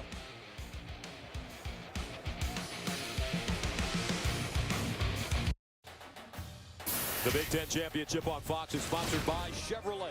Find new roads. By Allstate, proud supporters of college football. Are you in good hands? And by Lowe's. Lowe's, never stop improving. And welcome back as we take a look at all 3 phases: offense, defense, and special teams tonight for Ohio State. This is how they're winning and winning big. Cardale Jones first start, 2 touchdown passes. Joey Bosa fumble return, and the Ohio State defense just 115 yards allowed, and of course no points. And Cameron Johnston, Australian rules, rugby kick, and conventional, pins them both deep in territory for Wisconsin. But this kid, number 12, has been the story. Cardale Jones. What a first half. Let's see what he can do in the second half. He gives it to Ezekiel Elliot. And Elliot sweeping around the left side will get to the 27, maybe the 28, as Schobert makes the tackle. But from the very beginning, with all the pressure, the entire state of Ohio counting on this kid, he never flinched, Charles. And you got to wonder what they're doing in that building, because from the time Urban Meyer got there, he turned Braxton Miller into a big-time quarterback. J.T. Barrett never flinched this year and became a Heisman Trophy candidate. And here's Cardale Jones in his first start in the Big Ten championship game. And as you noted, not flinching at all. Let's go! His players, his teammates have certainly picked him up. Watch Marshall in the slot at the top of your screen. And they'll hand it off, and Elliot just churning. Elliot, deceptively big. He's 6 feet, 225 pounds, speed, and as Keith Jackson would say, these young men are made of steel and rubber. And how about that half shirt he's wearing? Remember back in the day when... No, not me. Okay, young and thought we were fit. You, maybe. Look at that half shirt. He says he wears it that way because of Joey Galloway. Yeah. The great receiver. The great receiver he wore that. But there was someone else at Ohio State who wore it similarly. Guy named Eddie George. Yeah, he was pretty good too. First down and 10 at the 34. Elliot. Look at Eddie George back then, and his abs, and he's probably close to 40 years old, still look exactly the same, maybe better. You know, if you look at Eddie, if you named a guy by how he looked later as opposed to right from birth, that's Adonis right there. That is Adonis. You know, and there's Ezekiel Elliott emulating Eddie George, running the ball tonight as well as the half shirt. Second down and 6 at the 38-yard line.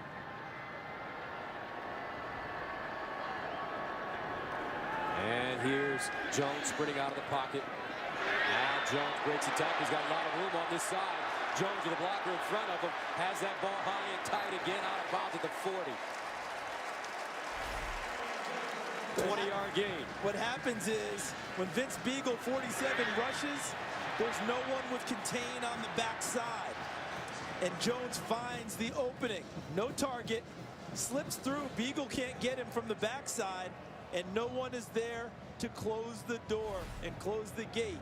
Vince Beagle has been active this evening, trying to help his teammates make plays. But on that one, he wasn't picked up for his efforts as a pass rusher. And one thing that his teammates say about Cardale Jones is not only does he have all the physical gifts, but mentally he has an incredible intellect for the game of football.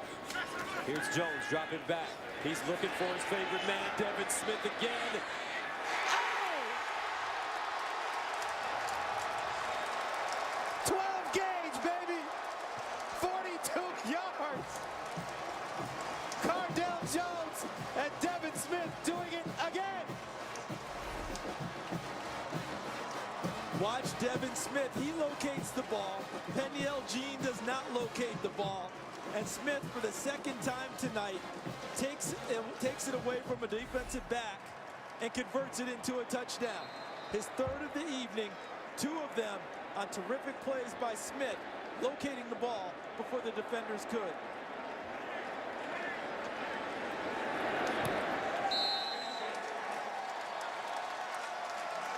.9:24 to go, third quarter. Ohio State led by a young man from the great city of Cleveland, Cardale Jones, finding his main man, Devin Smith, and they lead it 45. Shake. Score $1,000 in tuition now. Tweet your one-of-a-kind goal with hashtag Dr. Pepper giveaway. And check out some of the numbers tonight for Ohio State. Cardale Jones is 11 of 14. 253 yards, and he's thrown 3 touchdown passes. Smith, 4 catches, 137 yards, and 3 touchdowns. Elliot, 15 carries, 165 yards, and 2 touchdowns. They have 4 touchdowns of 39 yards or more this evening. You were just talking about the mental acuity of Cardale Jones. You know how we also know he's real smart? How? See who he's congratulating on the bench there? The offensive line? Yes, sir. Yes, sir. Here's Doe from the 1. Ooh. Tell you what, man. Charles, these Buckeyes are kind of scary. They are playing the game the way it's supposed to be played so far tonight. Now Wednesday, two of college basketball's most storied programs collide as 11th ranked Kansas battles Georgetown as the Hoyas look to knock off the Jayhawks in D.C. Coverage begins Wednesday at 7 p.m. Eastern on Fox Sports 1 and streaming live on Fox Sports Go. Kansas, nice job last night coming back at home to beat Florida. Yeah, it's hard to believe. Gators have 4 losses already on the season. But that hit by Garyon Conley, that kind of reminded me of those great Georgetown teams of Big John Thompson. That's right. In the mid-'80s. That's right. Michael Graham. When every foray to the hoop was met by body. I mean, if you went to the hoop, it was at your own peril. First down and 10 of the 17. Melvin Gordon lining up in the backfield. Stopping. And he throws a slant, and it's caught by Alex Erickson.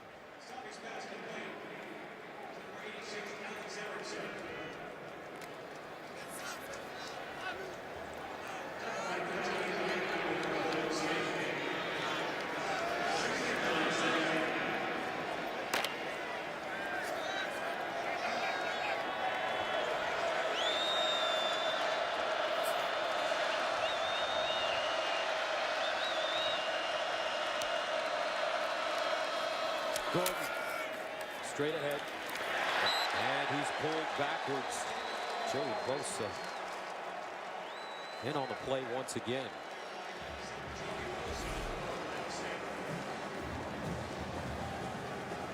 Oof.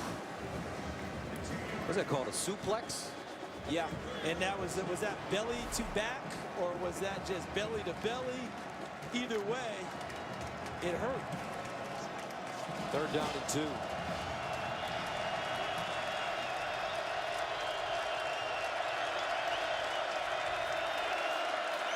Gordon looking for the first down. He won't get it. Flag on the play as Gordon knocked out of play by Tyvis Powell.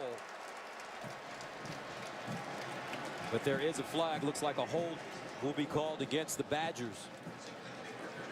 If he didn't get it, you would think Ohio State would decline it. Holding. Offense number 34. Penalties declined. It brings up 4th down.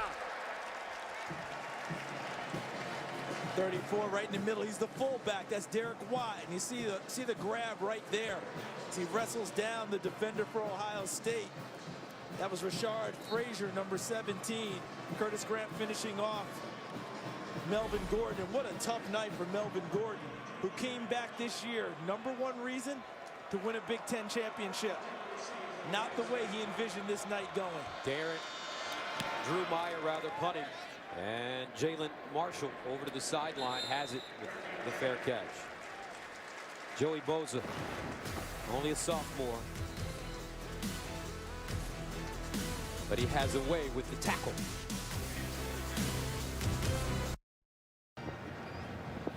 Welcome back. Let's go downstairs to Molly McGrath.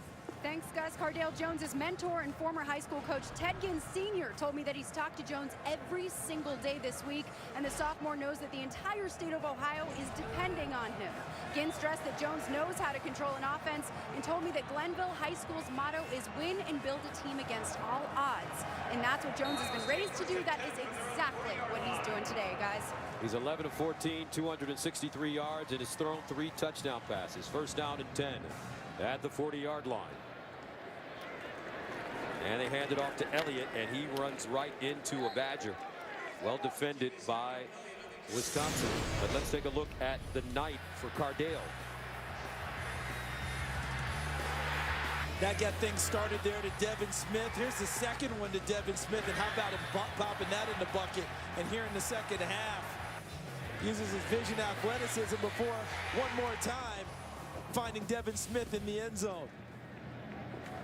Second down and 11 after the 1-yard loss from the 39. Here's Jones, sprints out, sets up, and wisely just gets rid of it. Now let's go to Los Angeles for a Lowe's Never Stop Improving game break. Guys, back at McLean Stadium, number 6 Baylor not in the clear yet. Jake Waters hits Tyler Lockett. Lockett breaks his dad's K-State record for career touchdown receptions with his 27th. Baylor leads K-State 38-27 in the 4th. Gus, Charles, back to you. Well, we knew there would be a big-time battle there Baylor trying to hold on and get a share of the Big 12 championship and still hoping to get that phone call, a positive phone call from the committee. Look at this. 3rd down and 11. Elliot lining up in the Wildcat, and Schobert says no. Not this time. And they did it with Cardale Jones on the field, put him in motion, and then Elliot became the Wildcat or single wing guy. Watch Jones come in motion, and they're trying to act like he doesn't know what he's doing. They're trying to fake him out a little bit, like, hey, what's going on the sideline? But Wisconsin didn't fall for it at all. And a nice play by Joe Schobert making the tackle. So Cameron Johnston comes in to punt it away from the 20. His last 2 punts, 73 and 58 yards. Doe will get away from it. And the ball goes out of play and spotted at the 32. 6:16 to go, 3rd quarter. Ohio State 45-zip. The Big Ten Championship on Fox is sponsored by DirecTV. If you call yourself a sports fan, you gotta get DirecTV. By Kay Jewelers, every kiss begins with K. And by The Hobbit, the Battle of the Five Armies, in theaters everywhere, December 17th.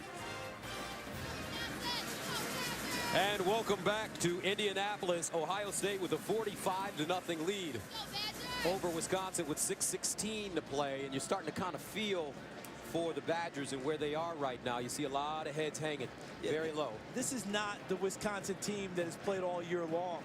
Remember, at one point, Wisconsin was 3-2, had lost at Northwestern, and ran off a 7-game run to get to where they are today. That's not the team we've seen play tonight. 1st down and 10 at the 32. Play fake. Stavi lines up, far side, and it's caught out of bounds. Doe with a nice route and a beautiful throw by Joel Stavi. That was timed up well, wasn't it? Yes, it was. Kenzel Doe, who's always wanted to be a bigger part of the Wisconsin offense, has been much more of a special teams demon for the Badgers. Expanded his role a little bit more this year as he came into the game tonight with 13 catches on the year. And also 13 runs. They like to use him on the jet sweep or the fly sweep throughout the season. 1st down and 10 at the 48. Stavi in trouble and almost sacked. Bosa was there. Steve Miller in the backfield as well. And as you mentioned earlier, Joey Bosa, Adolphus Washington, Michael Bennett, Steve Miller. What a front four. Even Chris Carter, 72. Look at that bull rush to the left of your screen as he ran Ray Ball, number 71, right back into the quarterback. Affected the quarterback, and that allowed Miller and Bosa to go there and almost get the sack. Stavi's savvy allowed him to get rid of the football. 2nd down and 10 at the 48. Stavi, near side. Erickson, nice catch as he goes down to the 45. Good open field tackling by Von Bell and Eli Apple. And I was watching the Missouri-Alabama game, and the announcers were talking about Alabama's front four and how they have maybe 6 or 7 guys that rotate in and out that have the ability to be pros. When you look at this Ohio State front four and the guys they bring in and bring out, very similar to what I see with Alabama. You're thinking the same thing. No loss, no difference in the talent level and in the potential by what we're seeing. 3rd down and 2 at the 44. Erickson in motion. And it's Melvin Gordon who picks up a 1st down. Von Bell and Durant Grant with the tackle. I know that Wisconsin's has a good drive going right now, and that's going to drive the defensive coordinator, Luke Fickell, crazy on the sidelines. What a game plan he and co-coordinator Chris Ash put together tonight, and the execution from their players has been absolutely tremendous. Coming into the game, there were a lot of doubters about the Ohio State defense. Tonight, thus far, answering all questions. 1st down and 10.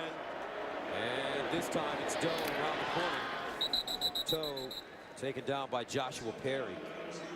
And from a strength and size perspective, I remember watching the Virginia Tech game, and you can see how these players have just gotten stronger as the season has gone. Well, they have an excellent strength conditioning program, but resolve has been a big part of it. Gordon And look at that. Eli Apple. It's interesting. When I talked with Luke Fickell, I said, what are your objectives each game? He said, our objectives are very simple when we play each and every week. As we see this nice tackle by Eli Apple. What we're looking for each and every week is to be a work in progress and to make sure we get better each and every time we go out there. That's all they're worried about, and they've done that this year. Eli Apple, just to give you an idea of how talented he is, he's a redshirt freshman, and he came all the way from New Jersey to play for Ohio State. 3rd down and 6 at the 33. Stavi floats one up and incomplete for Erickson. That brings up 4th down. When I go back to the last thing about Fickell, he says every day to his guys, are we working? Yes. Do we play like we practice? Do the fundamentals carry over to the game? And finally, do you care about and do you care for your teammates? If you do that each and every week, we'll become a quality team. So Wisconsin deciding to go for it on 4th down. They need 6 yards.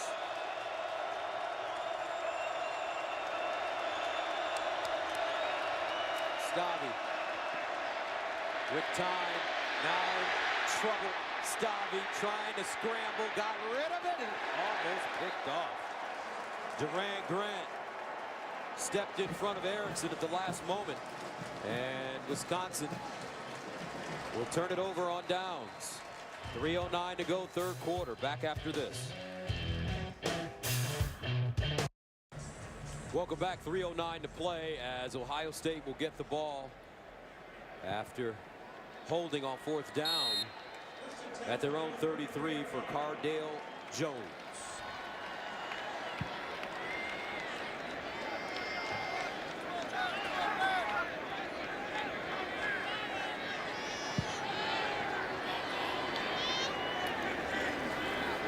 Elliot. And he'll get back to the line of scrimmage. All night long, you know who does not get enough attention? The wide receivers and the blocking that they do at Ohio State. Big runs never are a result of wide receivers just doing nothing. They have to do a great job in order for those big runs to happen. And this time they'll give it to Jalen Marshall. Marshall at times serves as a wildcat quarterback for the Buckeyes. He's so versatile. He can play receiver, he can play running back, he can play backup quarterback, runs back punts. Yeah, he plays what they call the H position. And I asked Urban Meyer, I said, what are you looking for in the H position? You know what he said? Freaks. Guys who can make plays, slot, be dynamic, as you described Marshall. He fits it well. Dontre Wilson also, but he's hurt tonight. 3rd down and 6. Let's see if Jones tries to go deep. In trouble now, and Jones will be sacked. Nicely done by Derek Landish. First sack of the evening for Wisconsin, and Ohio State will have to punt it away. The #2 sack team in the Big Ten coming into tonight, the Wisconsin Badgers. Finally get some pressure on Cardale Jones, which means they had good coverage downfield that allowed the pressure to get home and get the initial sack of the evening for the Badgers. Cameron Johnston ready to punt it away. Kenzel Doe back deep. Doe with a fair catch at the 25. Next week, Fox brings you the biggest fight card in broadcast television history with Junior Dos Santos taking on Stipe Miocic. Plus, Rafael Dos Santos battling Nate Diaz and a whole lot more. A 2-night UFC event begins Friday with the Ultimate Fighter finale on Fox Sports 1 and continues next Saturday with UFC Fight Night on Fox. Gonna get after it, aren't they? 2 nights worth? 2 nights in the octagon. Urban Meyer could have fought in the octagon.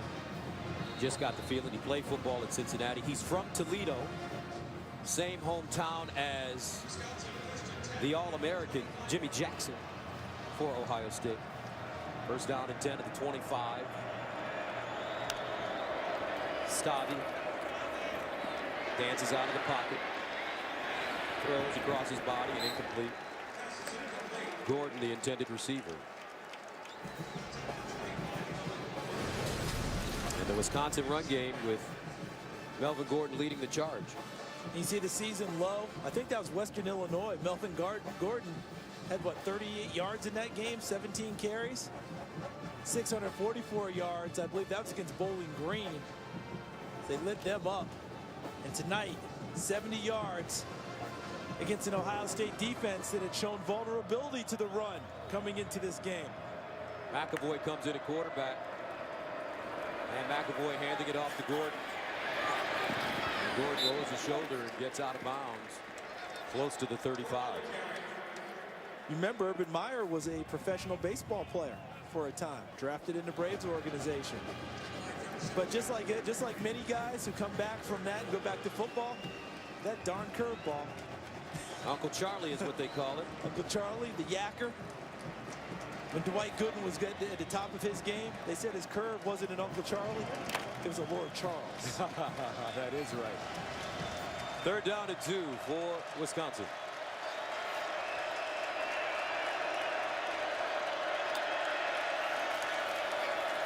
Stavi, and it's caught by Erickson for 1st down. Nice catch, huh? I mean, he laid out for that one. 2 hands, brought it in. Former walk-on to Mr. Dependable. When you ask the coaches at Wisconsin about Alex Erickson, started with no expectations, wasn't even one of those preferred walk-ons where they said, hey, why don't you come walk on? Worked his way into the lineup, and now is their #1 receivers. We see Gary Anderson, the head coach of the Badgers, looking on. 1st down and 20. Stavi over the middle. And incomplete. Dangerous pass. Nobody near the ball except for Joshua Perry, the Ohio State linebacker.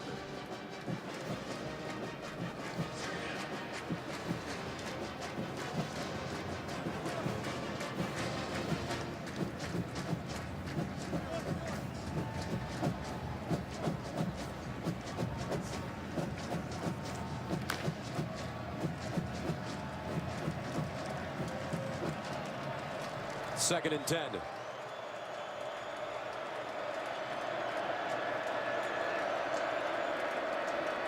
Stavi underneath and intercepted.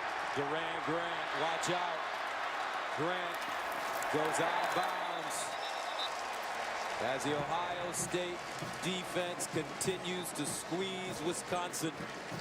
And they're squeezing the life out of them right now, folks. I said Cobra in the 1st half. I was way off. This is boa constrictor. You just brought it to mind by saying how much they're squeezing them. Running at the hip of the receiver, that ball was thrown behind him and right into the breadbasket of all Big Ten cornerback Duran Grant. And he's a happy recipient as he takes the ball the other way.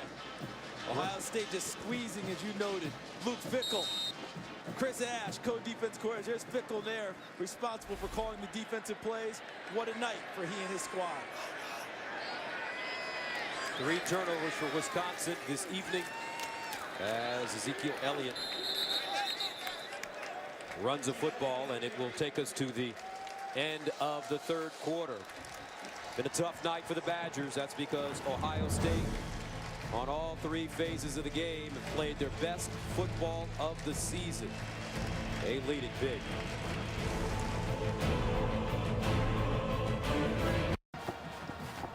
Welcome back to the house that Peyton Manning built, Lucas Oil Stadium here in Indianapolis, as we look at the score by quarter. Gus Johnson, Charles Davis, Molly McGrath, and Mike Pereira with you.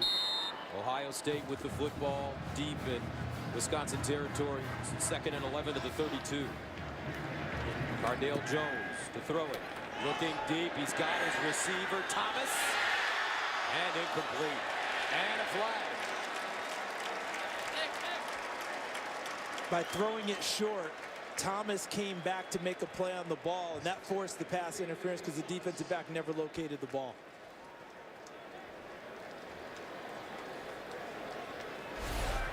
Pass interference. Defense number 31. 15-yard penalty. Automatic 1st down. See, Darius Hillary, he had his back to the football.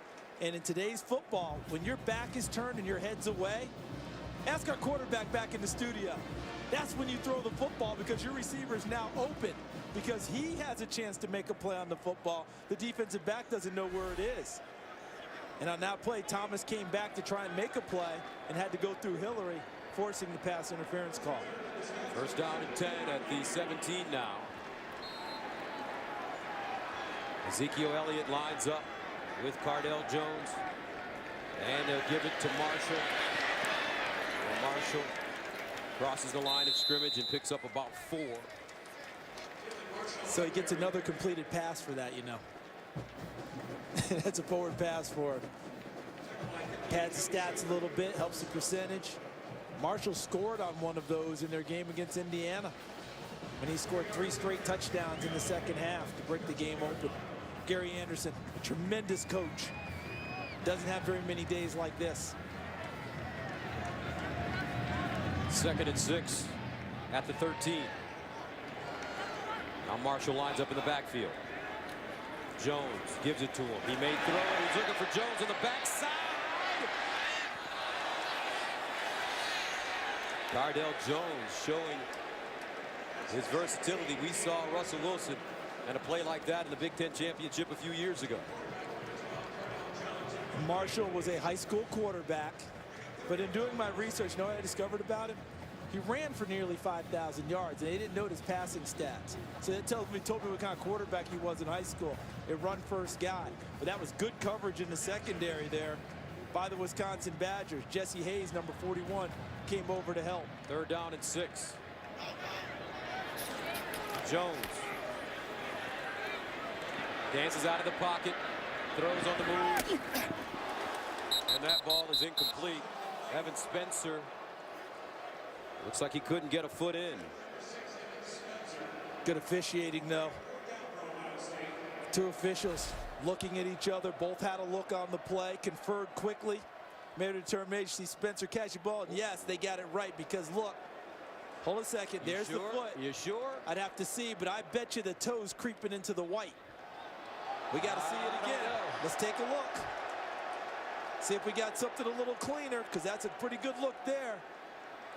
Right there. Oh, that's close, isn't it? That is very close. I think it's so close that this call will stand. So a 29-yard field goal attempt is blocked. And Gary Anderson trying to keep his guys motivated. But he's got a lot of ground to make up. The Big Ten Championship on Fox is sponsored by Jared, the Galleria of Jewelry. By the Dodge Brothers, 100 years later, their spirit lives on. And by AT&T, mobilizing your world.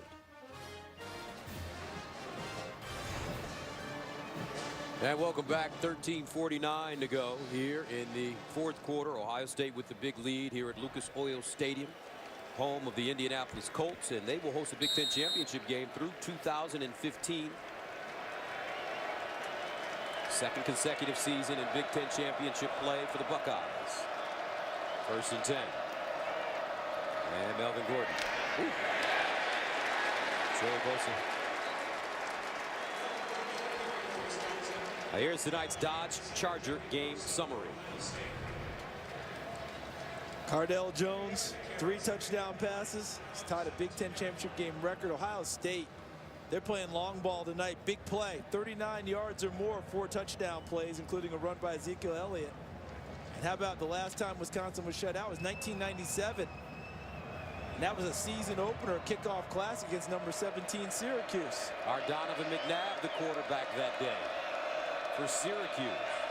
2nd and 9 at the 17. Stavi winds up, and it's caught. Erickson with the reception, and he's had a very solid day. Alex Erickson. Erickson, 6 catches for 56 yards. Kind of epitomizes the Badger program. They are very big on the walk-on program in Wisconsin. And a good number of guys join the program as walk-ons and develop into top-line players. 3rd down and 3 at the 23.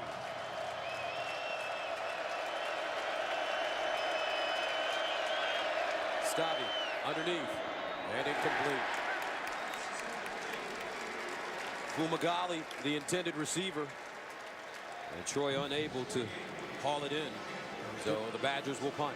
That's Garyon Conley. You called his name earlier on that punt return when he had the big strike. On that play, he played corner and came through the upfield shoulder, knocked the ball away.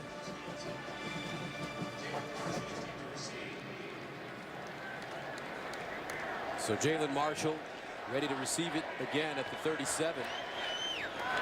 Meyer gets off a beauty, and Marshall backpedaling, and he'll have it inside his own 30-yard line. A 49-yard punt. Urban Meyer has won everything imaginable, but the one thing that has eluded him since coming to Ohio State, this trophy, the Big Ten championship, and he's 12-13 away.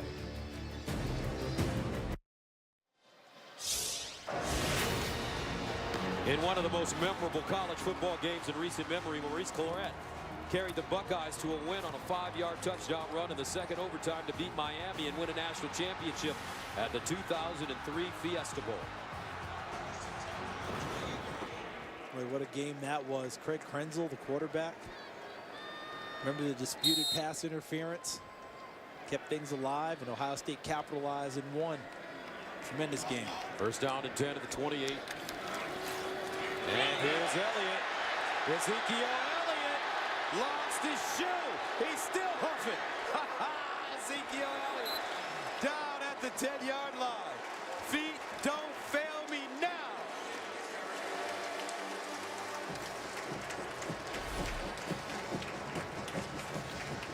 I will say this. My guess is that Secretariat, Seabiscuit, Man of War, if they ever threw a shoe, they weren't slowing down either. Neither is Ezekiel Elliott. Another big dash tonight. What a game for the youngster from near St. Louis. 20 carries, 220 yards, and 2 touchdowns. And they'll hand it off to Samuel. Samuel, touchdown Buckeyes. Oh boy, as Brent Musburger would say, the committee's got some figuring out to do tonight. And I don't think they're getting help, because normally you get an upset or two that allows you to take care of business at placing teams. And it seems like form is held from last week's top 4 so far. So guess what? They've got some conjuring, some discussions, and they will come out with 4 teams that they'll announce tomorrow. Good luck, committee. Looks like the top 6 teams will win.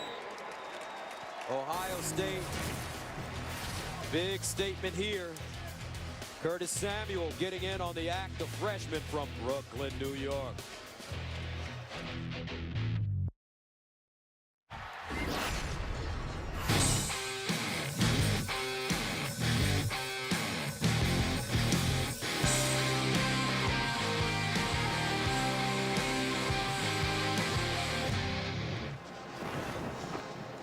Ezekiel Elliott breaks Melvin Gordon's Big Ten championship record with 220 yards rushing. God, Gordon's record was 216 against Nebraska 2012 on 9 carries. That was the jet sweep special night. Remember? He was the 3rd back too. Monte Ball, James White, then Melvin Gordon. And Doe lets this one go into the end zone for a touchback. 11:39 remaining. Back to Indianapolis right after this.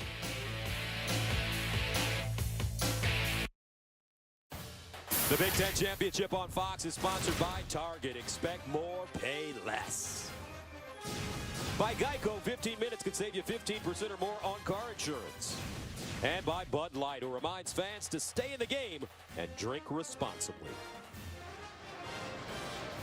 11:39 to play in the 4th quarter. Ohio State, they are feeling good right now coming into this game.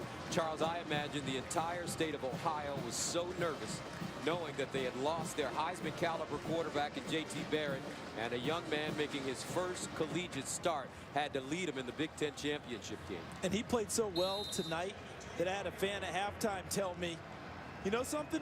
We'll just use all 3 of them in the backfield next year. Wow. We'll just go full wishbone with 3 quarterbacks. That's how great these 3 have played. Melvin Gordon, and that defense has played so great tonight. Adolphus Washington with the tackle for a loss. Let's go to Los Angeles for a game break. All right, guys, late drama in the ACC championship game. After a touchdown from Georgia Tech's Darren Waller to make it a 2-point deficit, Yellow Jackets try the onside kick, but Florida State recovers and are able to run out the clock. It just went final 29 straight for number 4, Florida State. Gus, Charles, back to you. Wow. Look, I know the committee's got a tough job, and they've dropped them before, and I'll talk more after this play.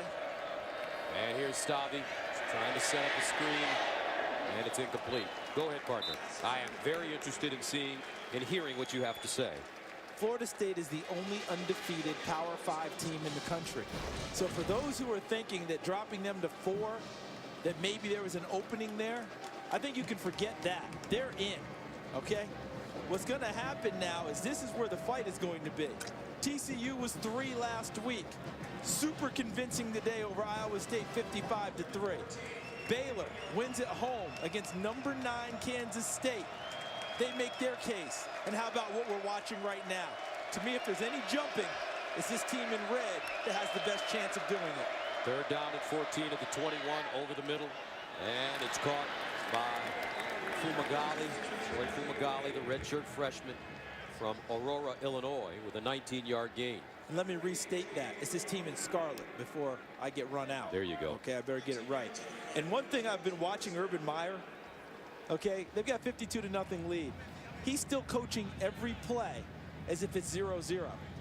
You know why? He's coaching for the future. What if they do get into the playoff 4? Even if they don't, they've got a bowl game. What about next year? Every play counts. First down at 10 at the 40. And Melvin Gordon just gets ambushed. Wow. Some hard hitting going on. This time it's Raekwon McMillan.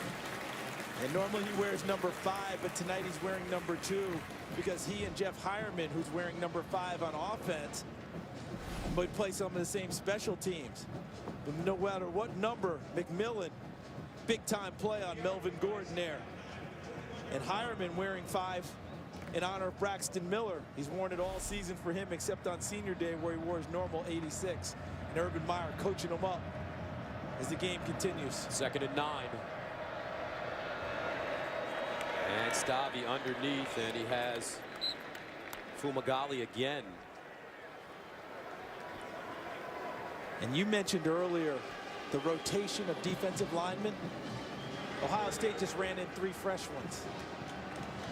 Talent pool's pretty deep in Columbus. Under Urban Meyer, Ohio State is 1 win away from becoming the first Big Ten team to ever win 12 or more games in 3 consecutive seasons. They're 42-5 in November under Meyer and December since 2003. The best mark among coaches in Division I.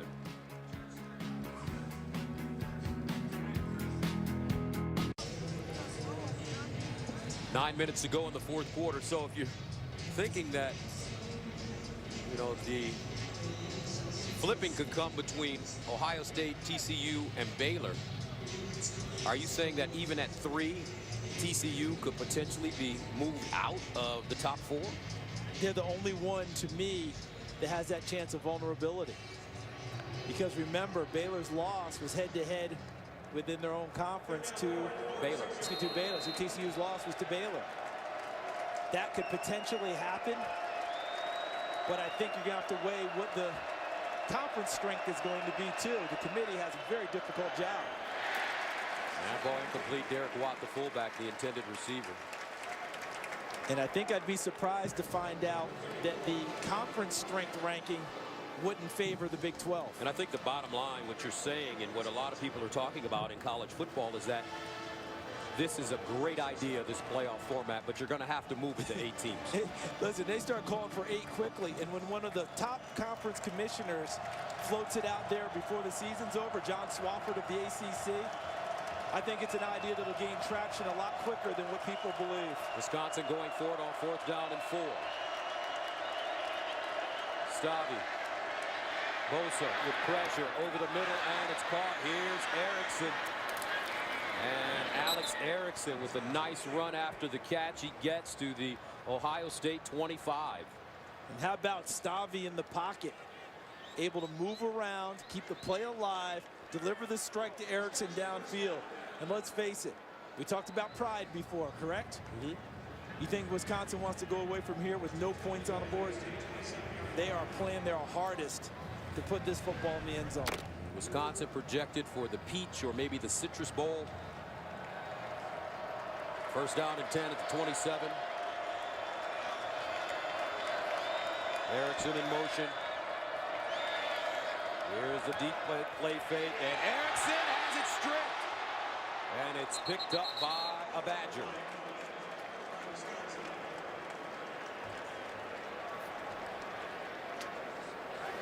Kyle Costigan jumping on the football. Pressure has come up the gut most of the night, and it does again. Michael Bennett wearing 53 this evening instead of his normal 63. Popped the ball free from Stavi. But look at Washington, 92, also there. The 2 defensive tackles have applied increasing pressure as the evening has gone on. The ends have gotten a lot of attention, led by Joey Bosa. The tackles have been big time tonight. 2nd and 26 at the 43. And here's the run by Clement. And I think it's important to mention that this Ohio State defense has extra incentive. That's because Costa Karageorge, the 22-year-old member of the Ohio State team, his funeral was held this past Wednesday with his teammates among 600 in attendance. The Ohio State wrestler and walk-on football player was known for his "yeah baby" shout before each football practice, even though he never got into a game. And he was found dead last Sunday, 4.5 days after he left his Columbus apartment just south of Ohio State's campus at 2 a.m. 3rd and 23. Stavi. And incomplete. Fumagalli, the intended receiver.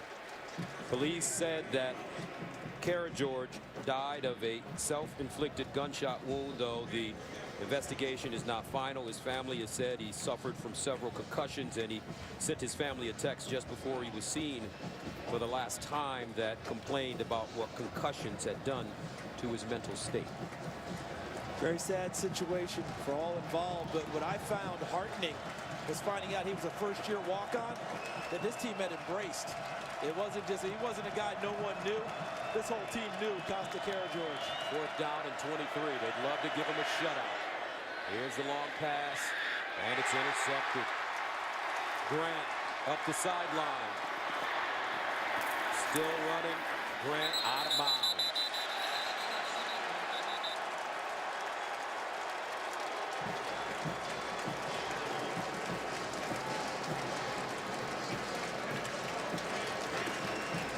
And for Stavi, it's not his fault. He's just taken on a team hell-bent on sending a message as well as playing for one of their comrades. He's just trying to make a play down the stretch there, trying to find Wheelwright.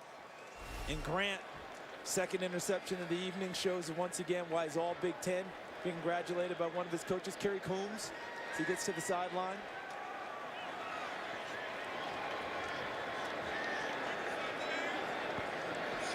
Briante Dunn comes in the backfield for the Buckeyes. He's a sophomore from Canton. Jones gives it to Dunn, and Dunn will pick up about a yard on the play as Marcus Trotter jumped on top of his back and brought him down. And the defense tonight, they've done everything right. No points allowed, only 230 yards in total offense, 80 rushing by the #1 running back in the nation. 3 sacks as well. You remember at the end of the season last year, Michigan State wore them down in the second half. Remember watching that game, we had a couple of those shots of Ohio State players bent over, hands on knees. Not tonight. They've been a physical force right from the beginning. And the handoff to Dunn. But the bigger question surrounding Ohio State and the quarterback position. Braxton Miller injured, shoulder, couldn't play this season. J.T. Barrett comes in, has an incredible year, breaks his ankle against Michigan. Now Cardale Jones comes in and looks like Johnny Unitas coming off the bench. Now there were rumors that Braxton Miller could be headed to Oregon. He has graduated and has an additional year, and Marcus Mariota, they say he will be heading to the NFL. Yeah, and there's, you know, no one's going to confirm anything like that because Oregon can't be accused of tampering if indeed it's even there. But now, as they keep it on the ground with Dunn. And now with the injury to Barrett, you've got Braxton Miller rehabbing. You've got J.T. Barrett rehabbing. The helping quarterback is Cardale Jones. You could very easily go into spring practice with all three and try and figure out who's going to win the job to be the Ohio State Buckeyes quarterback. But with this kind of production and this kind of film now on Cardale Jones, I know this may be a tough question to ask, Charles, but does he stay? Can all three stay? Will all three stay? The answer is yes. I've seen it before. Not everybody just takes off and goes. So a lot of that will be determined by health and by how they feel about the program and being there. A lot of guys like being around a winning program. And Cardale Jones will have additional time to be at Ohio State after Braxton Miller's gone. The question for him is going to be he and J.T. Barrett. And so far, it seems like a very good quarterback room. They seem to get along fine. They said that J.T. Barrett, the team ran a little smoother with him under center as opposed to Cardale Jones. But now I think they'll have to think about that a bit. You know, it's interesting when we go through all of these, typically, you know how it breaks down the next year? Who was number one to begin with? Braxton Miller. It typically comes back to that guy. Here's the run for Dunn. And Dunn still on the feet. And Dunn out of bounds at the 15. And a flag. There'd be a little something extra there at the end of the run. Dunn bumped out of bounds and then hit while he was out of bounds.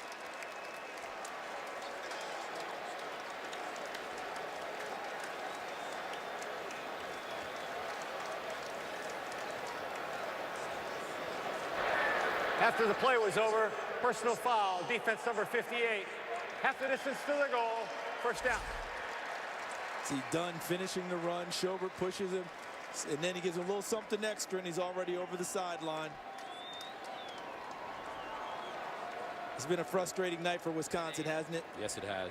And it's tough. Joe Schobert's had a terrific year playing outside linebacker. Tonight is one of those nights they'd soon forget. Samuel in the backfield now, and he'll run right. Cuts it up. And Samuel will fall forward inside the 5. One thing's for sure, regardless of what happens at the end of this season, Cardale Jones, by virtue of guiding this Ohio State team to victory in the first start of his collegiate career, years to come, we will see that Cardale Jones will own a stockbroker company, a dealership, an elementary school. You're saying the alums will not soon forget tonight? Oh my goodness, this kid's got the world in the palm of his hands in the state of Ohio. So proud and happy for this man.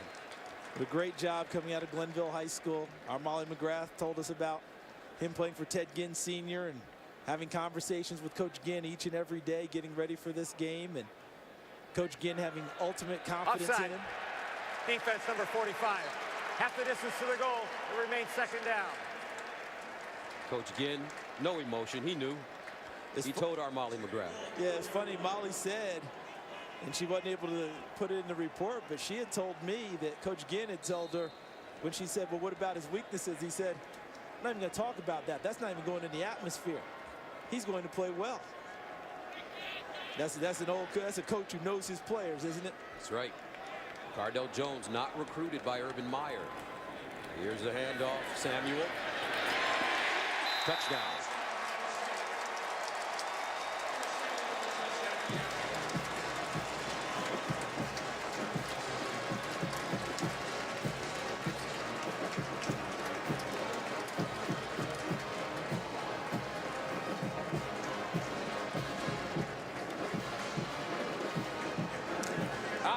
recruited you, Cardale? I would have if I would have been here. I don't think he recruited Alex Smith either, and that worked out pretty well at Utah. Sure did.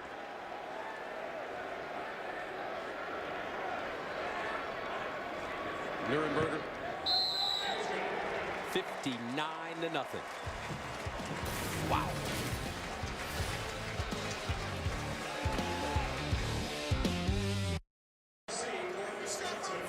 They're already waving their championship towels. Ohio State 2:25 away from winning the Big Ten championship game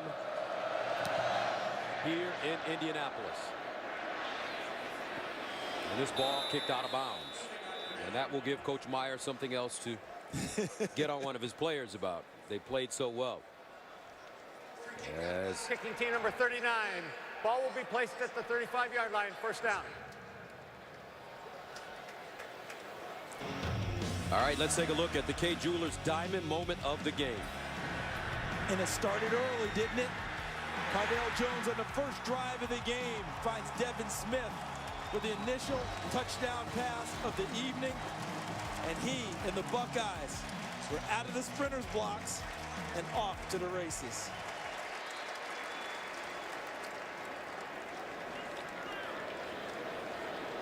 Urban Meyer, 50 years old, in only his third season. He's going to improve to 24-1 versus Big Ten opponents. First down and 10 at the 35. And they'll hand it off to Corey Clement.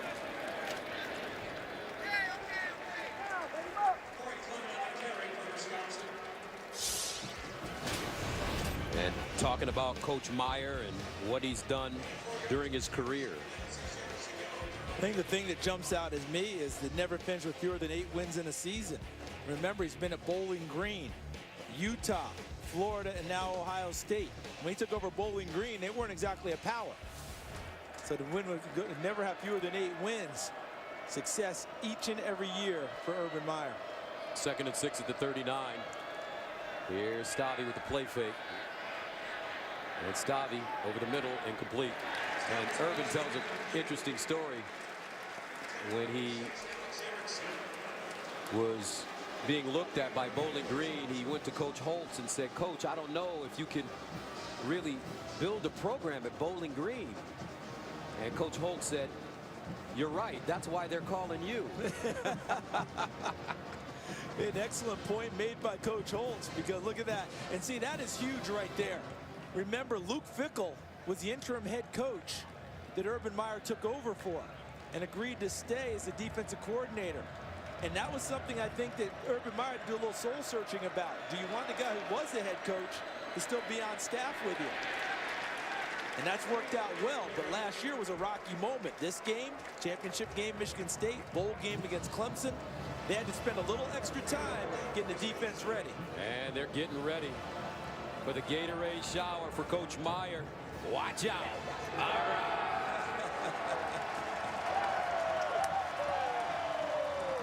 That's what they brought him here for. To win championships. To win championships. And he doesn't go anywhere unless he's playing for championships.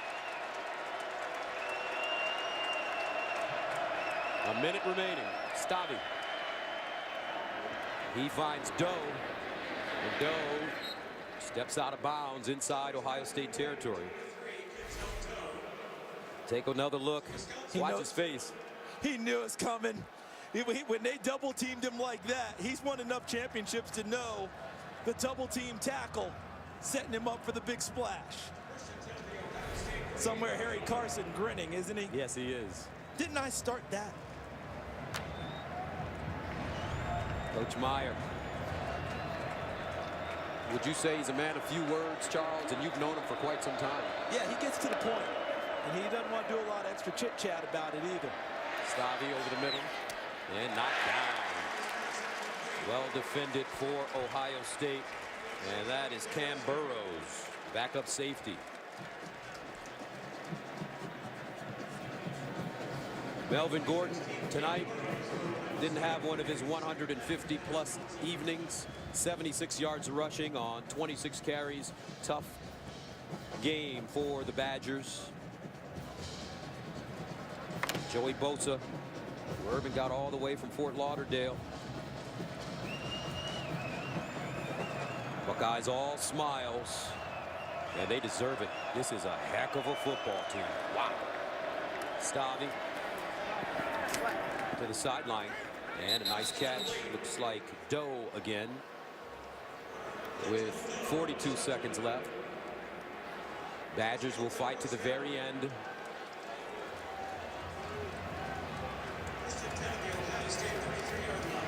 They want to make sure they put some points on the board. It's a proud program. And what they've done since the moment Barry Alvarez landed in Madison, Wisconsin, from him to Brett Bielema and now to Gary Anderson, it's a lot to be proud of in Madison.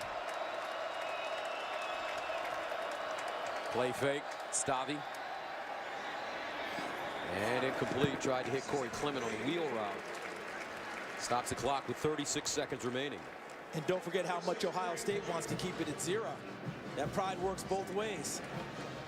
It's a team earlier this year upset when they let a team score late and gave up a shutout. Only loss of the season for Ohio State, 35-21 to Virginia Tech. And when they lost that game week 2, you never thought that they would actually be, at this point in the season, ranked number 5 with a chance to go into the playoff. People had written off not just Ohio State, but the Big Ten. And I can safely say I was not one of them the whole time. And incomplete on the far side as Erickson couldn't hold on. Coach Meyer and his son, Nate. I could just never understand how you could write off a whole league after the second week of the season. And they were writing off the Big Ten. Oh, totally. And I said, you don't even know how the rest of the leagues are going to play the rest of the year. Gene Smith, the athletic director down there, congratulating Coach Meyer. Remember, Gene Smith hired Coach Meyer after Coach Tressel had to leave.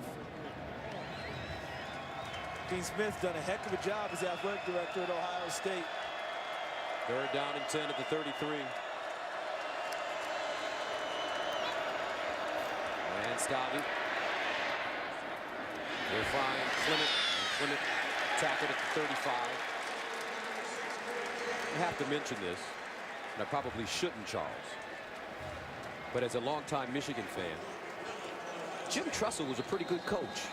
And there's a vacancy in Ann Arbor. And Jim Tressel still has a show cause penalty against him, which would mean he'd miss the first let bygones be bygones. Come on. And he's the president of Youngstown State. He's got a job. He's probably bored. Well, 11 seconds remaining in the 4th quarter. And Wisconsin trying to get some points on the board before this one ends. Ohio State fans, they want the shutout. Up 59-0. 4th down and 10. Stavi dancing in the pocket. Stavi in trouble. Stavi drops it out. Clement. And Clement picks up the first down, but the clock runs out. And that's it. The final score from Indianapolis. Ohio State 59, Wisconsin nothing. Urban Meyer wins his first Big Ten championship game as the head coach of Ohio State. 59-0. We've got a lot more to come right after this.